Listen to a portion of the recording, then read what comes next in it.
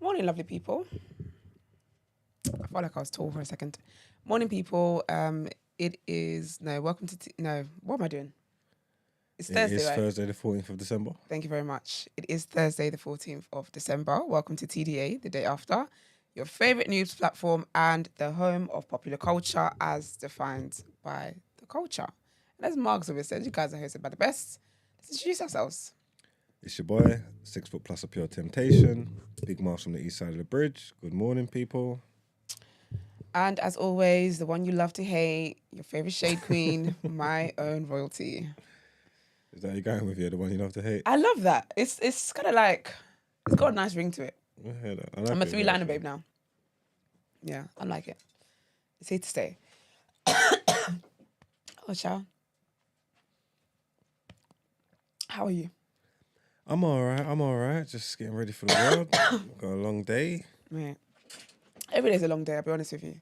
Got a long ass Like- filming day. Every day's a damn long day. Every day I wake up, well, in December, every day I've woken up. This week's been better because I was ill for half of it. Last week, every day I woke up, I was like, God, I beg, I cannot. Every day I woke up. I'm so tired. Yeah, it's long. It's ridiculous. I've got film everything that I do today. Oh, that's a full Apart day. from- That's a lot of talking. Apart from pen game, that's why I do pen game on Sundays on the Okay. weekend. Because if I have to cram it in during the week one day, it's just gonna be long. It's a lot. Like I would have to be quiet. I can't do something like that because the next 2 days I have to be silent. That's a lot of talking. I can't afford that. I got a show on the weekend, man. You do have, that's true, you do have a show on the weekend. So I got to talk. Yeah, you gotta talk. It's so funny that how that's a career now, like talking. I love it though. Sometimes I ain't got the bandwidth for it though, man. Sometimes I just want to shut up. But you know what's crazy? That's why in my real life I'm quiet. I only talk when I'm on a mic. Other than that, I do everything I can avoid to talk. Oh no, man, I'm too argumentative, always debating. I feel like even when I get on the phone, I'm always bloody having a podcast. See, I can't do this. I can't have conversations that are like podcast episodes. I remember this is why I don't really tell people what I do, really and truly, if I'm being honest. Like when I go to certain things, you know, you meet people and you're like, oh, what do you do? Because I don't know what activates in their mind. They just think, oh, let's have a live episode. And it's like, no. That's what they want to do, innit? No, I don't want to do this. No. I remember I went to a friend's games night one time and I just found myself in this conversation with like 2-3 guys and they're just debating and I'm looking at them like, whatever you think this is, it isn't. Like I have no horses in this race. I don't care enough for what's being talked about. I just can't. People want to have football podcasts with me all the time. Oh, that's a lot. That would be a lot. I don't think I could do that. That would be a lot. They either support the same team as me and they want to You want to chop it up? chop it up, or they support like Like an Arsenal or like something? Arsenal or something, and they just got something to say. It's just, Yeah, it's a lot, man. I just can't. I've done that bare arguing with strangers in clubs. In a club? They do it in clubs. They don't care. They don't care that the music's loud. They think it makes sense to get closer and do it in No, my. but to be actually, no. Do you know what? That is a point. Because sometimes it's like, can you kindly read the room, please? Like, I feel like I appreciate it. Oh my gosh, I like what you do. I watch what you do. Depends what. I'm distracted. It depends what gets said to me. Because hear sometimes I you. let people trick me out of my position. Like sometimes total strangers say things to me, and I'm like, what? Like, and I have to say something back. But sometimes I can just be like, all right, kid, you don't watch nothing, man. Say it. Have a great day. Have a great one. Yeah, man. It's interesting. Brent, how are you today? I'm all right. Thank you very much. Why do you have to film everything today? Is it because of your fantastic accolade? 2,200. Well, I've got to do that today. I've got Filthy today, and I'm Oh, doing you're this. just saying all day you are filming. Yeah. Oh, yeah. That sounds very different. I mean, change the words. How? And I said, What did you think? I said everything that I do, I've got to film today. That's all the Yeah, shows. that's what I thought. I thought filthy. I thought no behaviour. Yeah. Say it again? Everything that I do, I've got to film today. Yeah. Say it again? Everything that I do, I have to film today. And I said apart from pen Everything game. that I do. Everything that I film. actually do, I have to film today. it today. And that's why I said apart from pen game, that's why I do it on the weekends. Everything that I have to do, I have to film today. Everything that I do. Oh, you think he's vlogging? So what was you thinking? That's why I've said why.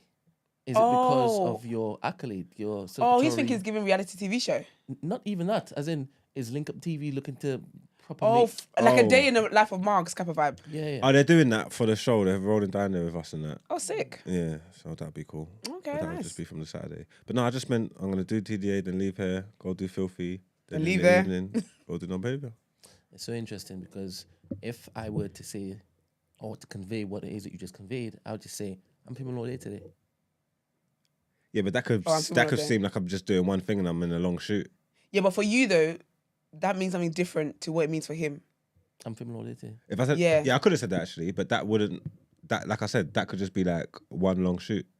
But it's Yeah, not. so for Brent, it sounds like one long shoot. It sounds like you're all like, it sounds like you just got, like your studio today is fully packed. And so all you're doing today is filming. For me, Yeah. if somebody said it to me, If you said that, if you said I'm filming that's all because day they today. know I stay in one place. They say, I've Where got the shit I've goes. got to travel. Yeah. But for you, I know you get about. Yeah. So when you say you're filming all day today, I'm not thinking it's just one thing because you're a content king. There you go. You're a And I content know king. that today is a special day in relation to your behavior. Yeah, it I is. thought, oh, you're actually doing something special. It's interesting. Who put that together? And in my head, it would have been somebody to pitch it to you, and you're like, no, I might as well. Oh, I get what you're saying. Oh, That would have been cool.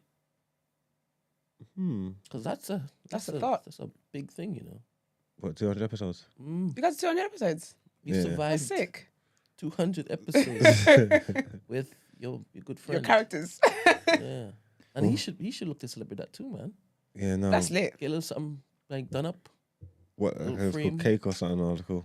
A little plaque. Yeah, something. So, you know, he Yeah. likes to put certain things on his bare wall at home. Let's start getting TDA plaques. If I thought about it earlier, I would have. Actually, when I get my house. So you Sorry. just put the plaque up. Yeah. Plaques are lit though, isn't it? I think they look amazing. I think it's just, if I walk into a house, if that plaque could say anything. That plaque could say best egg fryer. But you got on the gold disc, you a star. As far as I'm concerned. Love a gold plaque. It's so interesting why we as human beings find some value in something like that. Because you work hard, man. It's an acknowledgement for your accomplishments, isn't it? Yeah. And I suppose that's what everybody wants. Like the life is not dependent on it, but it's nice to just see that there as a reminder. Because I think with human beings, we do sometimes, well, not everybody obviously, but people that work hard and have goals and stuff, you do so much that sometimes you don't take a moment to pause. And this is why I'm really I don't like feeling imposter syndrome or feeling ungrateful, because sometimes life moves so fast that you don't realize that where you're currently at, you were praying and hoping to get here 2 years ago, a year ago, 6 months ago. But because life is so fast paced, you don't realize that you're currently living in your old prayers, but you're already looking forward to the next thing. So you got to intentionally take some time to be grateful. So that plaque, step out into my hallway, that will be a reminder. Yeah. Wow. Yeah. I love it, man. All right. Somebody sent an email in, It sure did. and I would like Esther to read it. I want to see if she pronounces all the words correctly. I'm never going to say nothing. All right. My phone. I'm sorry. I decided to send an email as I was not able to fit all this on the Spotify. Great episode. Unfortunately, I missed the live. I could have given a bit more info. I am coloured with a coloured accent. So this is the episode where we're talking about South Africa. That was on Tuesday, wasn't it? Maybe. Yeah, because that was when you said the person called. Okay. That was really good, wasn't it? Yeah. All right, so I'm coloured with a coloured accent, even though I've lived in the UK for 15 plus years. Coloureds are in Zimbabwe, where I'm Sorry from. to cut you. There's a coloured accent. No, she means like when you hear the accent, you know that she hasn't got a British accent. Yeah, but that's not a South African or Zimbabwean accent. She said a coloured accent, so that this means is what that's she said. No, but I that's a hear that different- as Brent's got a coloured accent. Well, no, he ain't. But you speak Patois, you got a coloured accent. Prince got a Trini accent. No, but I don't think. Sorry, what are we doing here? I don't think she means like coloured as in like let's make a scene on the coloured accent. She just means I'm a coloured person and I've got the accent to show that I'm coloured. But they said there's an actual like coloured language and stuff. So What is the language called coloured?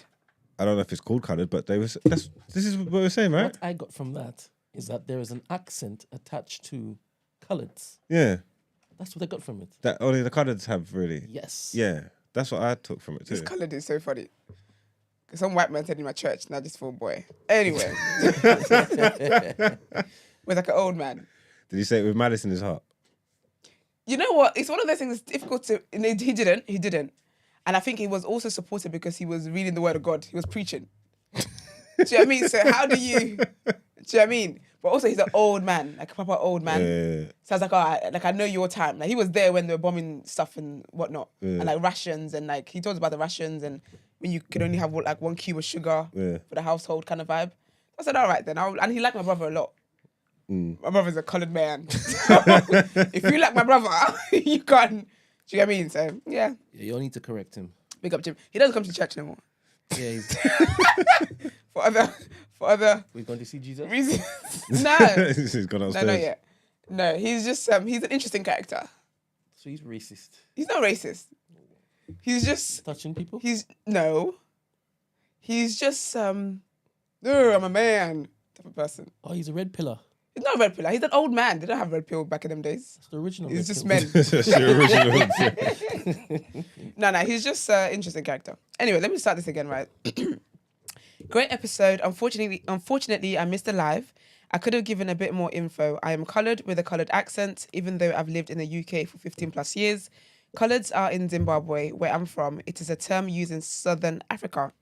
In Zim, unlike in SA, as in South Africa, the coloureds don't speak Afrikaans, but they use slang words which come from Afrikaans and a mixture of Shona, Mbele, and English. Some coloureds are very proud of their culture and identity. As you mentioned in your episode, there are some that do not want to identify as coloured because of the history, etc. But also, it's because they feel rejected by the coloured community.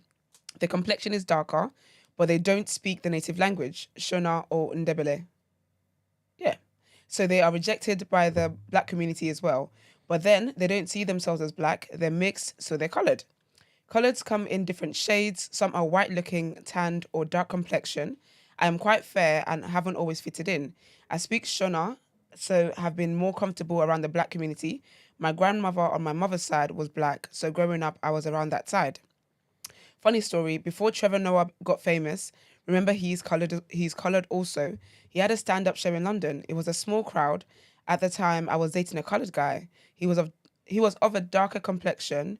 We were sat in the front row. Trevor made a joke about colonialism and said, how did you manage to get together? This would never have happened this many years ago. I came out of the theatre really furious about that comment, especially as Trevor himself says growing up he was nicknamed the Daywalker because he was too light and didn't fit in with the black side of his family. P.S. His first comedy stand-up was called Daywalker.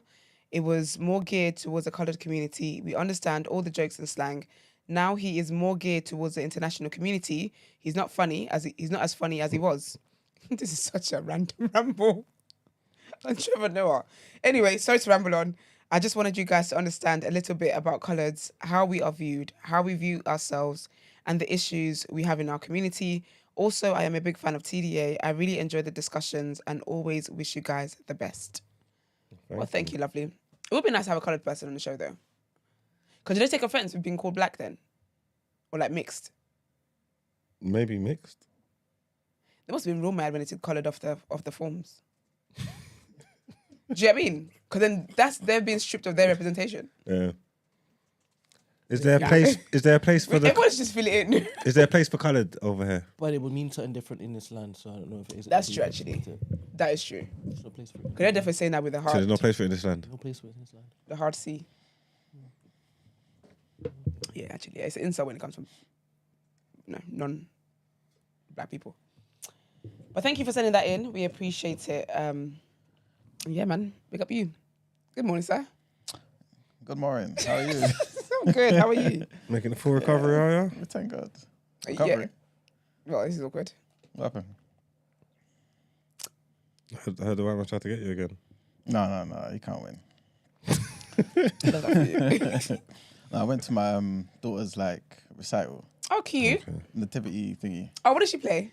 She was one of the angels. Oh, beautiful. Yeah. She's really cute. That's the only one she could play. I heard one time, so I heard the nativities in school. They've been moving mad recently, and they've just been writing stories and whatnot. I can't remember where I heard this, but basically someone, or maybe it was Twitter or something, someone said basically they had their kid play Michael Jackson. No, I think it was Twitter. I think the person put a picture up with the kid in the white socks. What? Michael Jackson. They've had people playing all sorts. One time they tried to get my little sister to play a slug. A slug. Friend. Can you imagine? It's making me cry. She was livid. The funniest thing is that she was only about 3, but she had so much annoyance in her voice. She's like, I'm not doing it. Mom was like, what do you mean? And then my grandma was trying to find her, like, make her like a brown costume. A slug. It was the funniest thing. She was livid. She was 3 years old. Have you ever seen little kids mad? She was so angry. She's like, a slug. A slug. Nah, that's terrible, man. Nah, you know they're trying to make it kind of like PC now and stuff. So you can't really say Jesus too much. You can't really say baby Jesus and all that kind of stuff now. So it's just a baby in a farm kind of You don't vibe. have to say sweet baby Jesus. Nah, man. Why? Because you're what's the word? So people can be offended. Offended by Atheists- Jesus. People are offended by Probably. Jesus. In a nativity. This time he's the reason for the season. They're not Nope. caring. There was a baby there, yes. Now I'm thinking about it. But they didn't mention him. Like, they had a Mary and a Joseph, but them guys didn't have no lines. The baby was just there. And the baby Yeah, was man. white. It's So everything not was allowed. wrong. You know Baby what I'm was saying? It was white. Everything was wrong. I don't know what's going on, man. Yeah, man. They're not, listen, what the kids are being taught in school now, it's real different. I'm gonna remind my mum about that today. That was so funny, man. Did you do nativity? I can't remember. I would have though, because Nigeria is a very Christian nation. Also, you can't remember what We character love the you Lord. was. No, I definitely would have been in Nigeria. So you can't remember what character you was. I don't know. No, I can't remember. I do remember playing Angel actually, because I had an Angel outfit. Did you do one? I don't think so. Yeah. Did you? Can't remember. I think so. Do you know where you were? I was the angel Gabriel.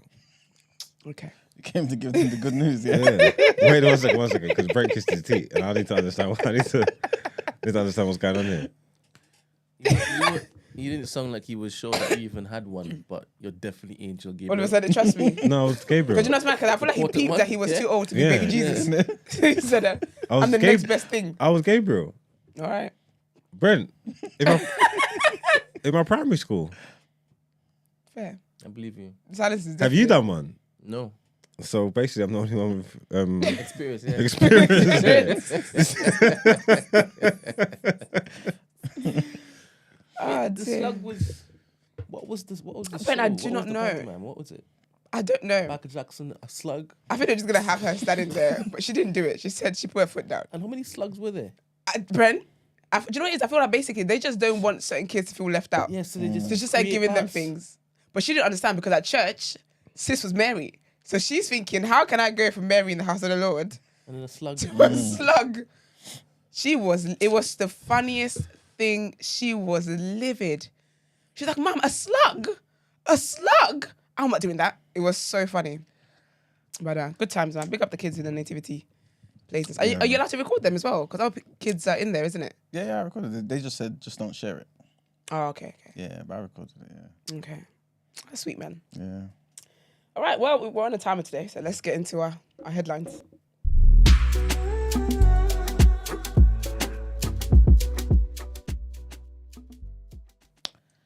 All right, people. So our first headline. The United States was looking increasingly isolated on the world stage on Tuesday after a resounding vote at the UN General Assembly calling for an immediate humanitarian ceasefire in Gaza.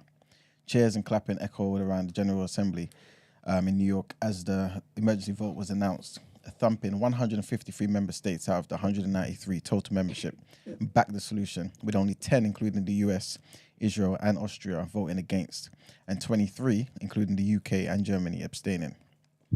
The vote highlighted the stiffening consensus around the world for the need for a stop to Israel's relentless assault on Gaza, which has left more than 18,000 Palestinians dead. Reports indicate that up to 70% of the fatalities have been women and children. 70%, you know. That's crazy.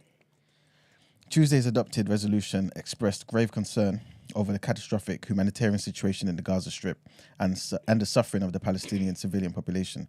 It called for protection for both Israeli and Palestinian civilians under international law and demanded the immediate release of all hostages. Next headline, and according to the Israeli foreign minister, he was speaking on Wednesday, and he said that Israel will continue its war on Hamas even if it loses international support. Imagine. Everyone's voting for no reason, basically. But they said, These guys we're going to want it. do what we're going to do. Can you imagine? All right, we'll see how it ends, isn't it? That's crazy, man. Eli Cohen has said that a ceasefire at the current stage is a gift to the terrorist organization Hamas, and that Israel will keep fighting if deserted by Western allies. He also said that Israel will continue the war against Hamas with or without international support. His remarks came the day after Joe Biden warned Israel that they were losing international backing because of his indiscriminate bombing of Gaza. The US president also told donors at a fundraising event that Benjamin Netanyahu, Israel's president, should drop the hardliners in his government and reconsider his opposition to a Palestinian state. Mr. Netanyahu admitted to disagreements with the US on the future of Gaza on Tuesday, saying that he would not allow the territory to become Hamastan, imagine, or Fatahstan. Jake Sullivan, who's Mr. Biden's national security advisor, is visiting Israel on Thursday today for talks with Mr. Netanyahu and his war cabinet. And the last headline, an officer who admitted drink driving whilst on duty has been dismissed without notice. PC Bryson Kiston, attached to the North Area Basic Command Unit, appeared at Willesden Magistrates Court on Monday, 16th of October, after he was arrested by Met traffic officers on Saturday, 30th of September. The court heard that PC Kiston had been involved in a damage-only collision whilst driving an unmarked police car in Chase Side in Enfield at about 2:30 in the afternoon. PC Kiston attended a Met traffic garage about 7 o'clock in the evening, and officers felt it was clear that he had been drinking. He took a breath test and provided two readings, one at 48 and one at 43 micrograms of alcohol per 100 milliliters of breath. The legal limit is 35. So this man was... Wasted. You know what I'm saying? White boy wasted. PC Kiston was charged with drink driving in the early hours of the 1st of October and pleaded guilty at his first court appearance. He was banned from driving for 12 months and now he's got to pay a £438 fine, £85 in court fees and £175 victim surcharge. At a misconduct hearing held on Wednesday, the 13th of December, yesterday, the panel found that PC Kiston's actions breached the standards of professional behaviour in regards to discreditable conduct and fitness for duty. And because of that, he was dismissed without notice. So sacked on the spot, man. In the spot. Just before Christmas. Yep. I mean, you can't be drink driving on the job. Absolutely not. You know, as a police officer, you know. No, but like, as his partner, I'd be so mad. As the kids, I'd be so angry. But then I feel like that kind of speaks to maybe... Because I'm surprised that his colleagues snitched on him. But also, how ballsy do you have to be in a police car, drink driving? Yeah. Unless he's got a real bad problem. He must have. That's must true. be both, innit? You must be, yeah. But yeah. It's crazy, man. Anywho. That's it for the headlines. Oh. All right, let's get into what you're saying.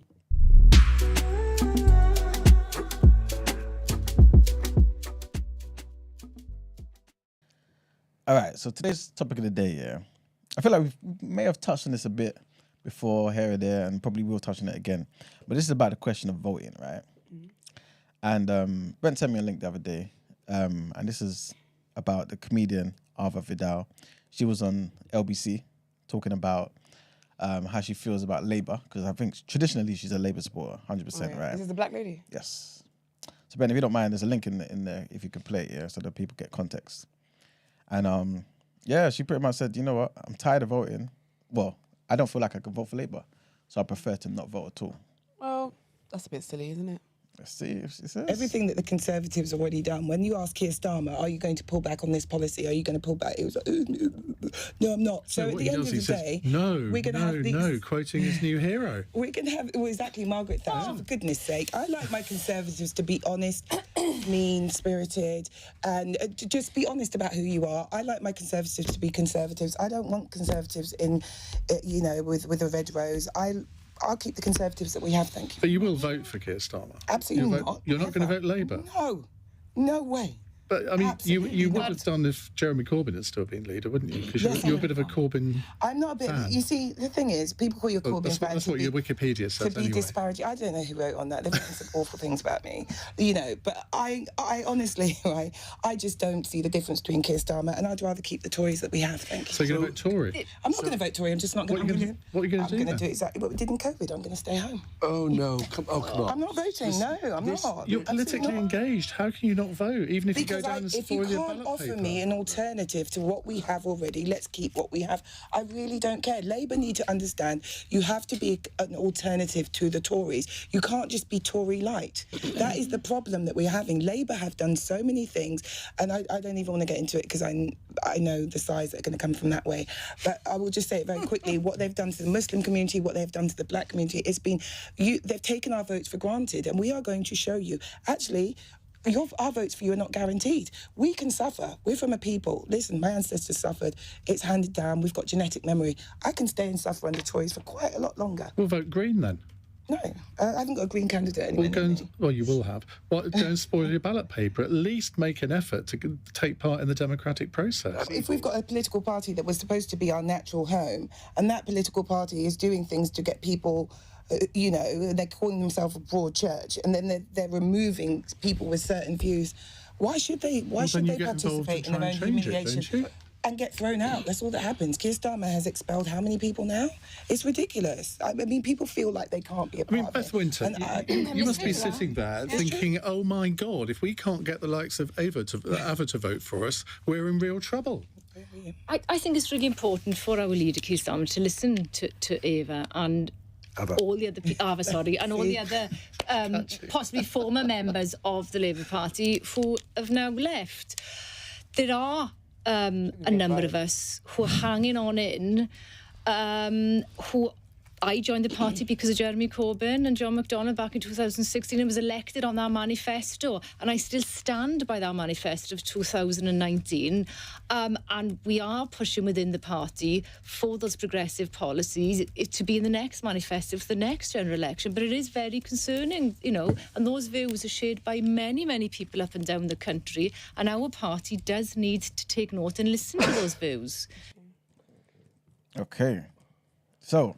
First of all, Husky is gorgeous. White lady. Black lady, do you egg? Well, actually, that wasn't nice. So, my apologies.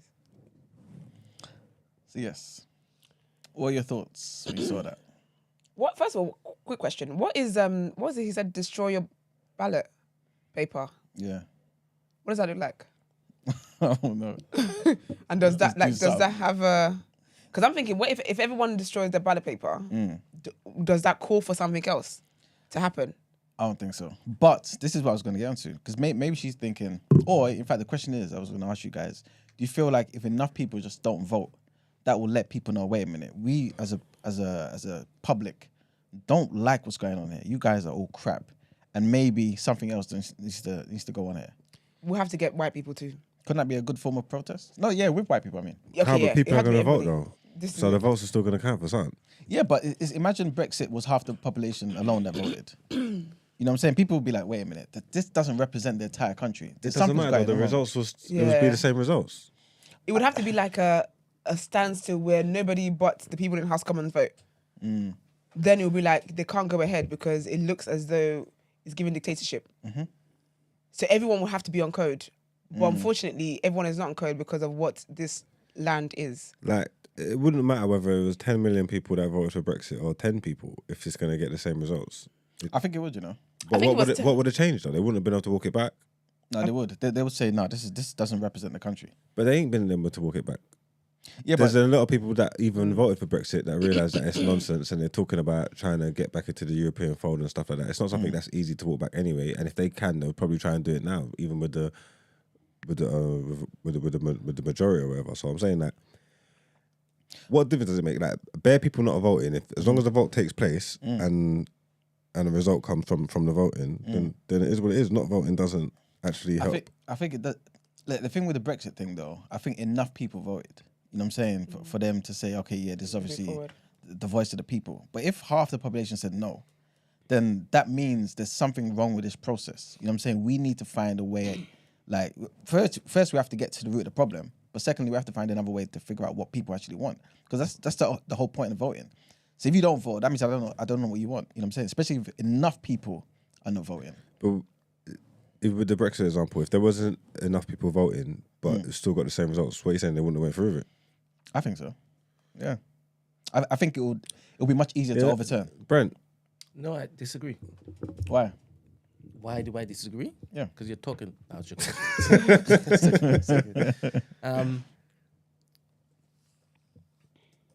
I believe that if the majority of people didn't vote, and the people in power, obviously they're the ones who are kind of controlling the mainstream media outlets, right? They're going to put out what they want to put out. They're not going to be saying that 90% of Britain didn't vote. Yeah. Because that will have people like him who have platforms start saying, well, this is illegitimate, this means this and the next, right? They've been cooking the books for long, so anyway. Yeah. Right? And we have a history of people not turning out to vote anyway, right? Now, the people in power, they have constituents who want them to remain in power. They will come out and they will vote. Their vote will be counted. Do you understand? I don't think that is there even a precedent where, dependent on how many people turn out to vote, it counts as a vote? No, but for example, if you look at unions, yeah, whenever unions are voting for a particular thing within a particular industry, they always tell you the amount of people that's voted and the percentage for each side. For a reason, you know what I'm saying? Because what's the reason? It's to say, yo, this is the amount of people that's Only voted. to outline what has happened, not to say, all right, now we haven't met the threshold. We need to basically start again. And that's the thing. I don't even think there is a threshold set. So when they have general elections and they have votes for that thing, they always make reference to voter turnout. Do you know what I'm trying to say? Whether it's up, whether it's down or whatever, and people will be campaigning. That's the whole point of them campaigning and going to people to try and get the turnout to be more because they want more votes, whatever. It doesn't mean anything if the turnout drops. Because the result's the result. And then they try to make you sense got your of chance to why vote. people didn't turn out. Yeah. That becomes a discussion point. Yeah, because you got your chance to vote. Whether you use it or not, that's on you. We don't care how many people use it, but we'll get an answer, a decision from the people that voted. So obviously, that moving forward, you can spin narratives and say, well, this wasn't the whole country because the voter turnout was low or whatever. But then I don't think that never changes the outcome. That's just that you would just use to speak to anybody who's not happy with the result. You don't need to vote next time, innit? You know what I'm trying to say? Yeah, 100%. But I feel like it'll be... Look, you had some people talking about, oh, we need to get a second chance at this Brexit thing, right? I think, anyway, again, I could be wrong, but I feel like if half the population made a concerted effort to be like, look, I am not voting, right? Half the population, I think it'll be easier for them to say, you know what? But not if the people... the second one. Not if the people that's in control got the result that they want. Yeah, I guess so. Yeah. Well, very interesting, man. So okay, so what do you think of her point though? Do you feel like basically she's just wasting her vote? Do you think it would have been better if maybe she's up for voting for Green Party or UKIP or something else? But that's what I was gonna say though. Like, what's everyone else's manifesto saying? 'Cause I think sometimes people act as though like Conservatives and Labour are the only two that they are. But if those two are messing up and someone else's manifesto makes sense, if everybody starts to vote for, let's just say Lib Dem, I don't know what their manifesto is currently saying, but let's just say Lib Dem, right? They might actually be the ones to get in government. Because I personally think Labour and Conservatives, thank you for your services at this point. Let's try somebody else kind of thing. So I think if everyone feels as though these two aren't cutting it and they decide to, and they look at everyone else's manifesto and vote for somebody else, those people might actually get enough votes to come in power. But when you don't vote at all, it makes no difference. Like the only two that are usually the two are gonna win again. Yeah. So But- I think no, so my no, thing no. is I feel like what people need to do is look at other parties' manifestos, because they might get enough votes to actually give them a seat. Well, first thing is just wanted to mention. I think Vaughn and somebody else said it in the chat, but also somebody messaged the Instagram saying basically when you spoil your ballot, it just means you are participating in the democratic process. Yeah. But you're just putting a cross for it. You know what I'm saying? So that's your position to be like, look, I'm not particularly doing something, rather than just staying at home. So I feel like that will probably make be a a form of protest, bigger innit? difference. I feel like that would be a form of protest. Yeah. Because imagine if, like, for whatever reason, let's just say 65% of the ballot papers have big X's on them. That says what it says. That's huge. Yeah. As opposed to not voting and thinking that in itself, your silence does something. I feel like there needs to be some form of protest, and doing that to your ballot paper is a form of protest. The same person, by the way, who sent this in also said if enough people do this, as in spoil their ballots, right? Yeah. Someone else may look at the amount of people who spoil their ballots and ask what they want, and then see an opportunity to step in and provide what those people want. That's what I'm You saying. know what I'm saying? So I guess I feel like that's a better a form of protest than being at home and saying nothing. Like the things that people protest have physically gone out to protest about. If everyone sat in the house and said, "Well, we're so angry about it, we're not going to do anything. We're not going to do anything about it," that wouldn't have brought about some changes. But if you actually go and protest, not necessarily marches, but you go to vote and you spoil your ballot paper, that's a form of protest. so. Okay, so what's more effective to you guys? Spoiling your ballot paper, or voting for, let's just say, Green Party or the Lib Dems even? Because the reality is, to kind of speak about what you mentioned before about the two parties, I think most people just have it in their head, like you said, it's either going to be blue or red, right? Because typically that's always ever been, right, to be fair. for the longest while, right? But of course, if everyone had the mentality to vote elsewhere, then things will change. I think things would really change. Because a lot of people, even conservatives, are annoyed with the Conservative Party. Even people that have been Labour all their life are upset with the Labour Party. So surely someone else who's another party, you lot can put your little heads together and make something happen, and then you get all the votes of everyone that's upset with these two main parties, and it could actually bring about a different government. So I personally feel like not voting is not what you think. It's not doing what you think it is doing. Yeah. People don't really change their base though. Remember that year when the Green Party did well? Clegg. Oh yeah, Nick Clegg. And then they had to form a Ain't coalition. green. That No, was that's Lib Lib Dems. That was Lib Sorry, Lib The Dems. Green Lib Party's Dems. never done. Lib Dems. Clegg. Yeah. And also UKIP as well. They did well. They were winning seats from the Tories. That's the think reason it why would- we know about Farage to this day. Boy. You know what I'm saying? So Yeah, they folded back into the Conservatives now. yeah. But still, they still were able to get votes. do You know something, what I'm yeah. saying? And I guess historically, nobody would have taken them serious. But they did something, and they had the right person to lead them, and they converted people. I think with the way that things are so bad in the country, the state of the country and stuff, I actually will be shy for anybody that thinks that not voting at all is the way to go. Like, if people really want change and stuff, like, I get that the people who feel like they've got like a lifelong allegiance to Labour or to Conservatives or whatever, but what have they done? For, like, they haven't delivered. But if you're not happy with none of the candidates and none of the parties, why are you gonna vote for one for? So I'm saying spoil the ballot paper.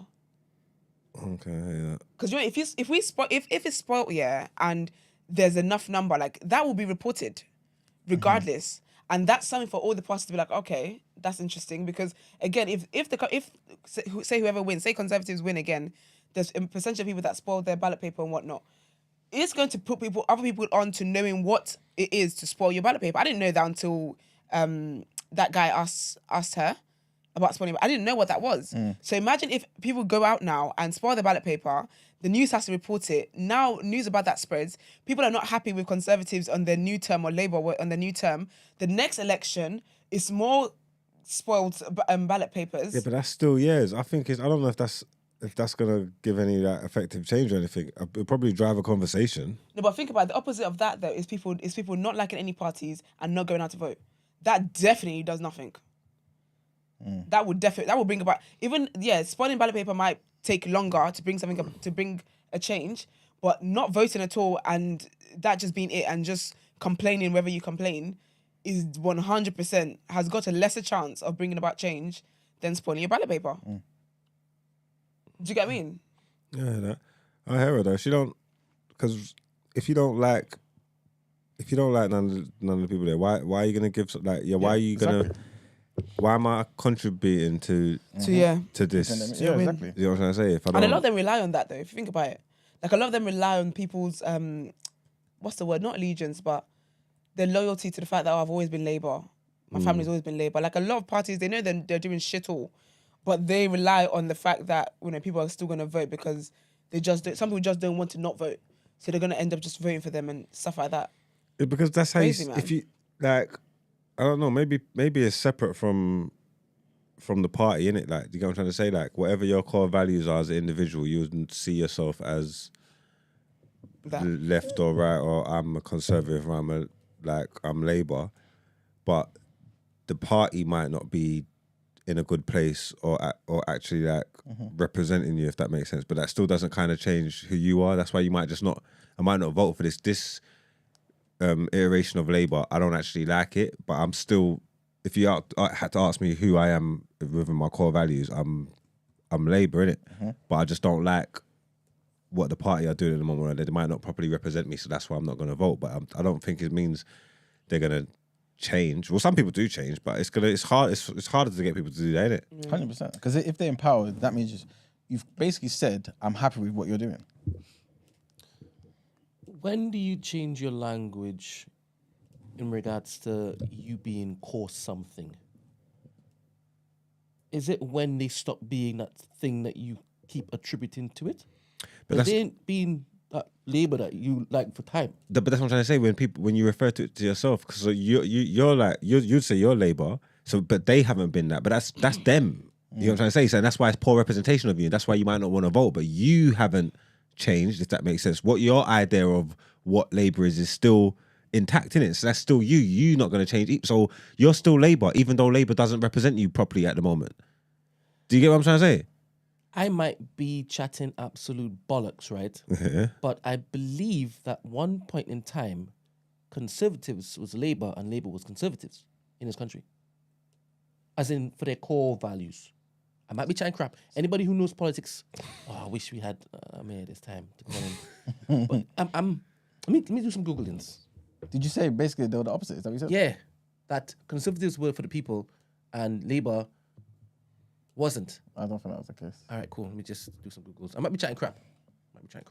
Let's see. Yes.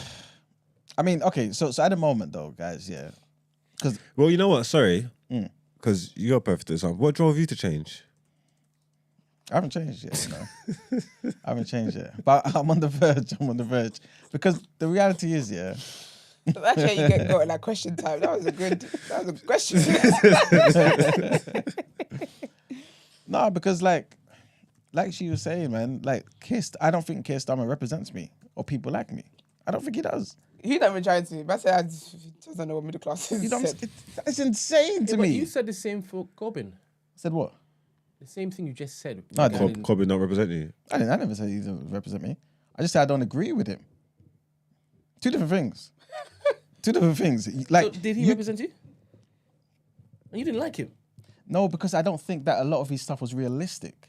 So my thing is, if you're gonna come out and say this is what I'm gonna do, you have to convince the people. Remember, manifesto's not just good based on what you're saying. You have to make the people believe you can actually bring it into fruition. And I don't think a lot of Corbyn's things were realistic. You said he was too weak. No, I said he's strong. I like Corbyn. I didn't like. Again, like You said I'm like. he liked to pander to the woke crowd too much. When did I say Too all much this? liberalism. He's too socialist for me. Is that what you're talking about? Maybe. Yeah, I didn't say he's too weak. I think Corbyn's a strong leader. This is why he wasn't tolerating the crap. This is why Starmer had to get him out of there. But I think he's too socialist for me. You know what I'm saying? That was my biggest As in critique. he wanted too many people to have equal footing. I wouldn't say that. But basically, how he would have gone about doing it.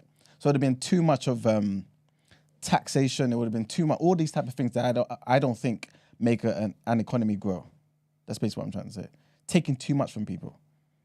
The so-called those you have, the rich, or whatever it may be. And I think it makes it harder for people You who put are rich in air quotes. You see? because I think yeah, it takes like it's harder for people who are working class, who came from working class backgrounds, to then get out of that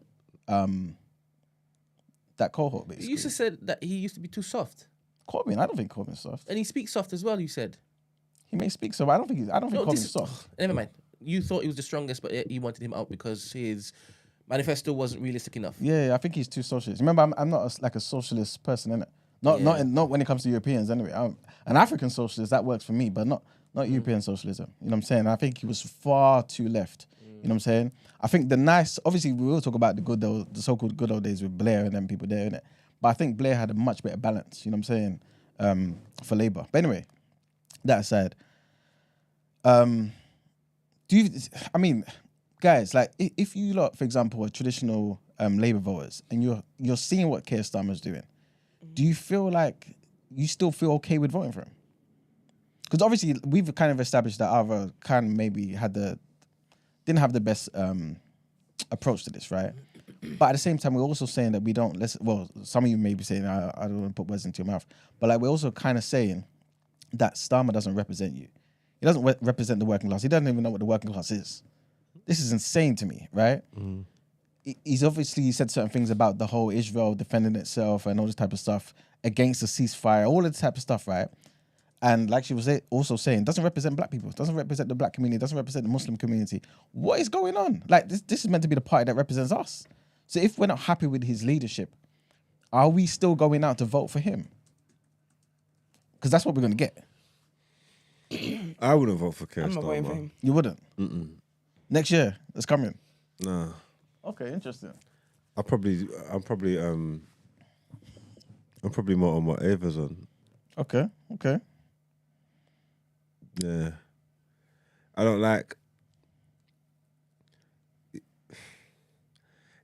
what he's doing, you get me? And obviously I know he wants to get votes and that, and he knows that the Conservatives ain't happy, so there's probably a lot of Conservative votes that he could steal. So, but I don't think he's just appealing to the Conservatives because that's his tactics. I think it's because he's more like leaning to that side anyway. Like what you're saying, people call him Tory light. You know what I'm trying to say? Like he probably agrees with a lot of the stuff that the Tories do. Probably just would think just a way to make it more palatable for others. You get what I'm trying to say? So yeah, I don't really like Keir. I'll be honest with you. I don't know.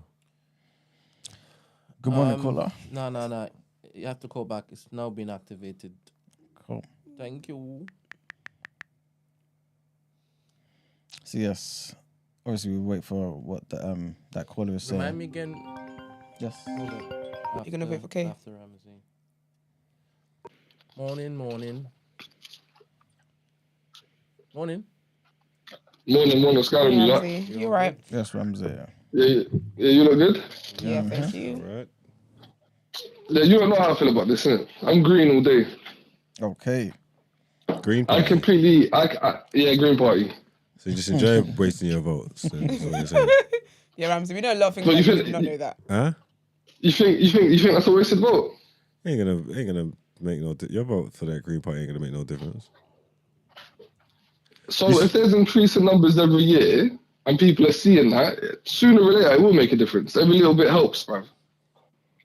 I think the Green Party needs to do a better job of campaigning Be more present. and being more present. And people like you probably need to get on board and do more campaigning and stuff as well, just so your votes weighted, if that makes sense. Because if you're just doing it inside, like I get you saying probably like increasing numbers every year, but I don't know when it's gonna scratch the surface though. Yeah, I but feel like it's just a waste of my that- vote. If I'm actually gonna vote, I would want my vote to feel like it's gonna make a difference and and to play a part in the decision that's going on. So just giving it to a party like that is just as good as not voting, in my opinion. Not just as good, because obviously every little helps. I hear where you're coming from, But if it's not going to make a difference, then your vote don't. Do you get what I'm trying to say?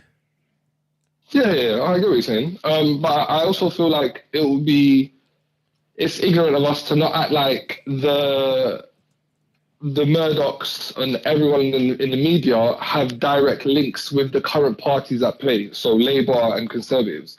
So Green Party don't have nothing like that. They don't really have independent funding. They don't really have funding from different media outlets. So I feel like that plays a huge part already.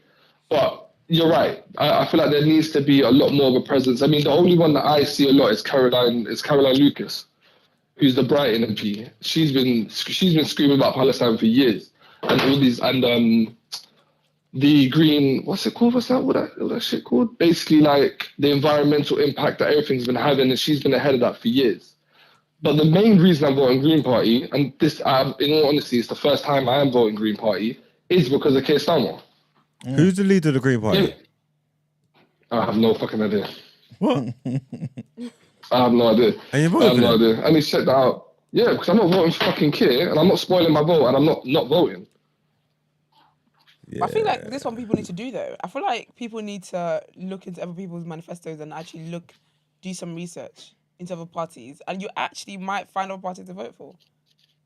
Yeah, I've always liked the Green Party, but I've always been in the mindset put your of like, vote what somewhere where you could potentially make someone prime minister and you couldn't pick them out of a police lineup is. Yeah, when I do my research, I'll be able to. Yeah, I'm going to do my research. When I do my research, but like I said, I'm not. Anyway. I'm not voting for Keir. What's your alternative then, Moggs? What's your what are you trying to get at? Like, what would you be your alternative choice? Oh yeah, just don't vote. Oh no, see, I don't think that's right. Then I think that's where you and I butt heads. Yeah, because I feel like if you don't vote, one, I feel like it's all right, and women have fought for it, people of colour have fought for it all these years. For us to just come in and be like, oh, I'm not gonna vote. I don't know. I feel like one, that's kind of like a slap in the face. And two, that only just, like you said in regards to what I'm doing, the Green isn't going to get into power because not enough people are voting for it. But and it's somewhat, you could argue that it helps Conservatives, but what you're doing definitely is helping the Conservatives. Yeah, but just because, oh fuck, I was going to make a point in that. How can I lose it like that? That's mad. Yes. Whilst remembering. All right, so obviously I said that nonsense statement.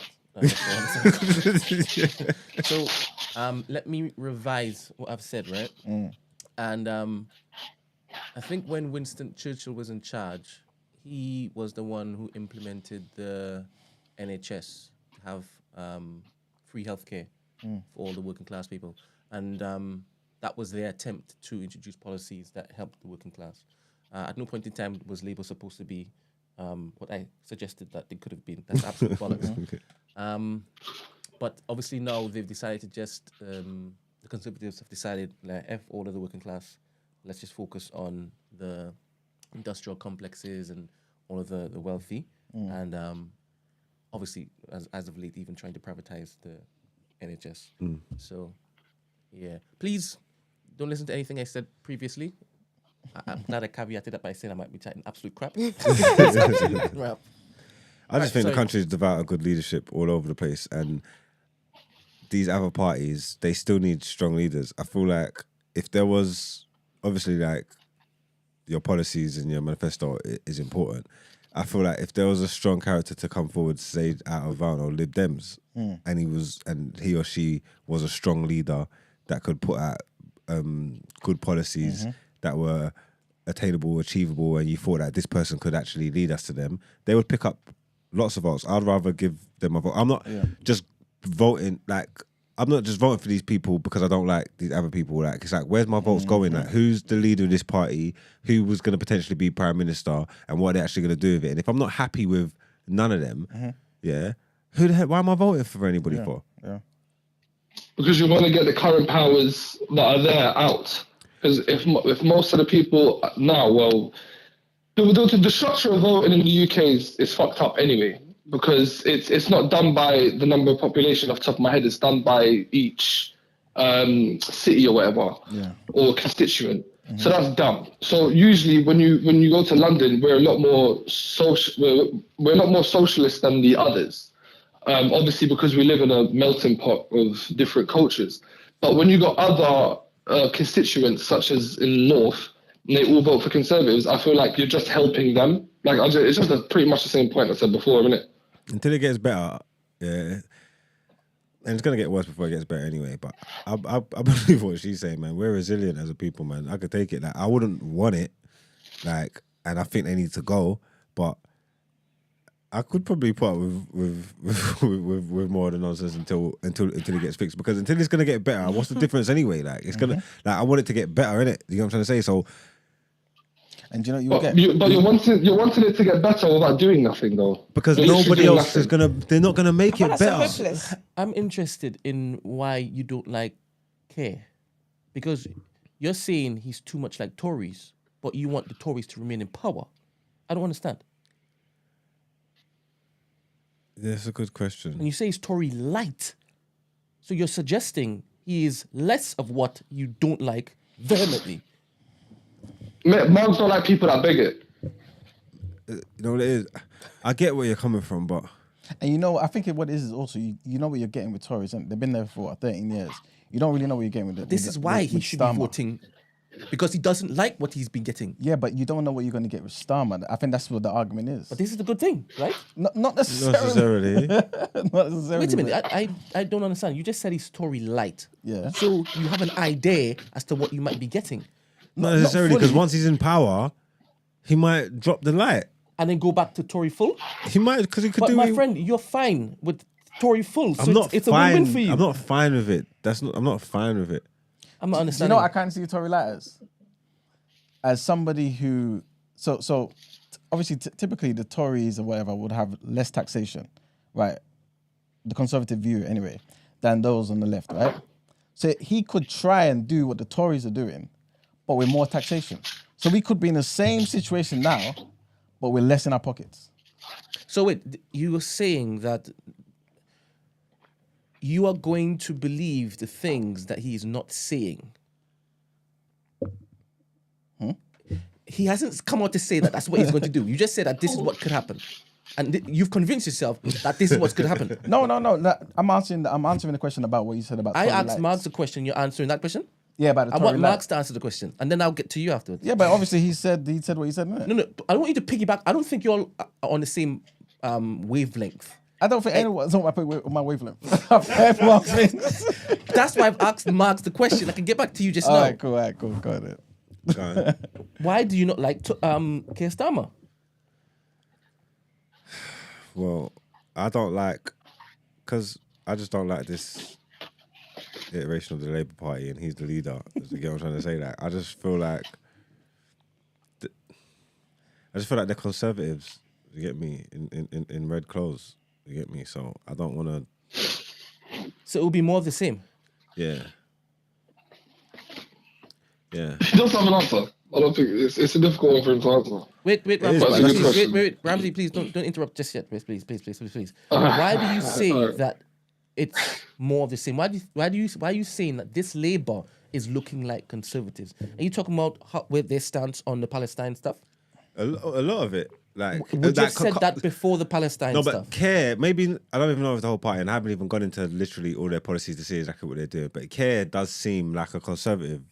Why are you saying that? That's just the way I've seen him talk. Just like, he just seems like a conservative. Is it because of his position on the Palestine issue?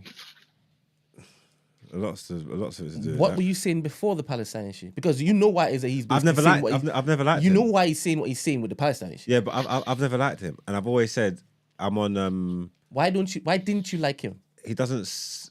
I'm on a popularity politics thing. You get me? Like he doesn't strike me as like a good leader. I wouldn't want him to be the prime minister anyway. Because I wouldn't want none of them to be. I ain't like none of these people that are in place for leadership. I don't like none of them. You're fine with the carousel that's happening over in the Conservative Party? I'm not Because they've run through a whole set of leaders. And did you like any of them? No. And yet, you want that to continue?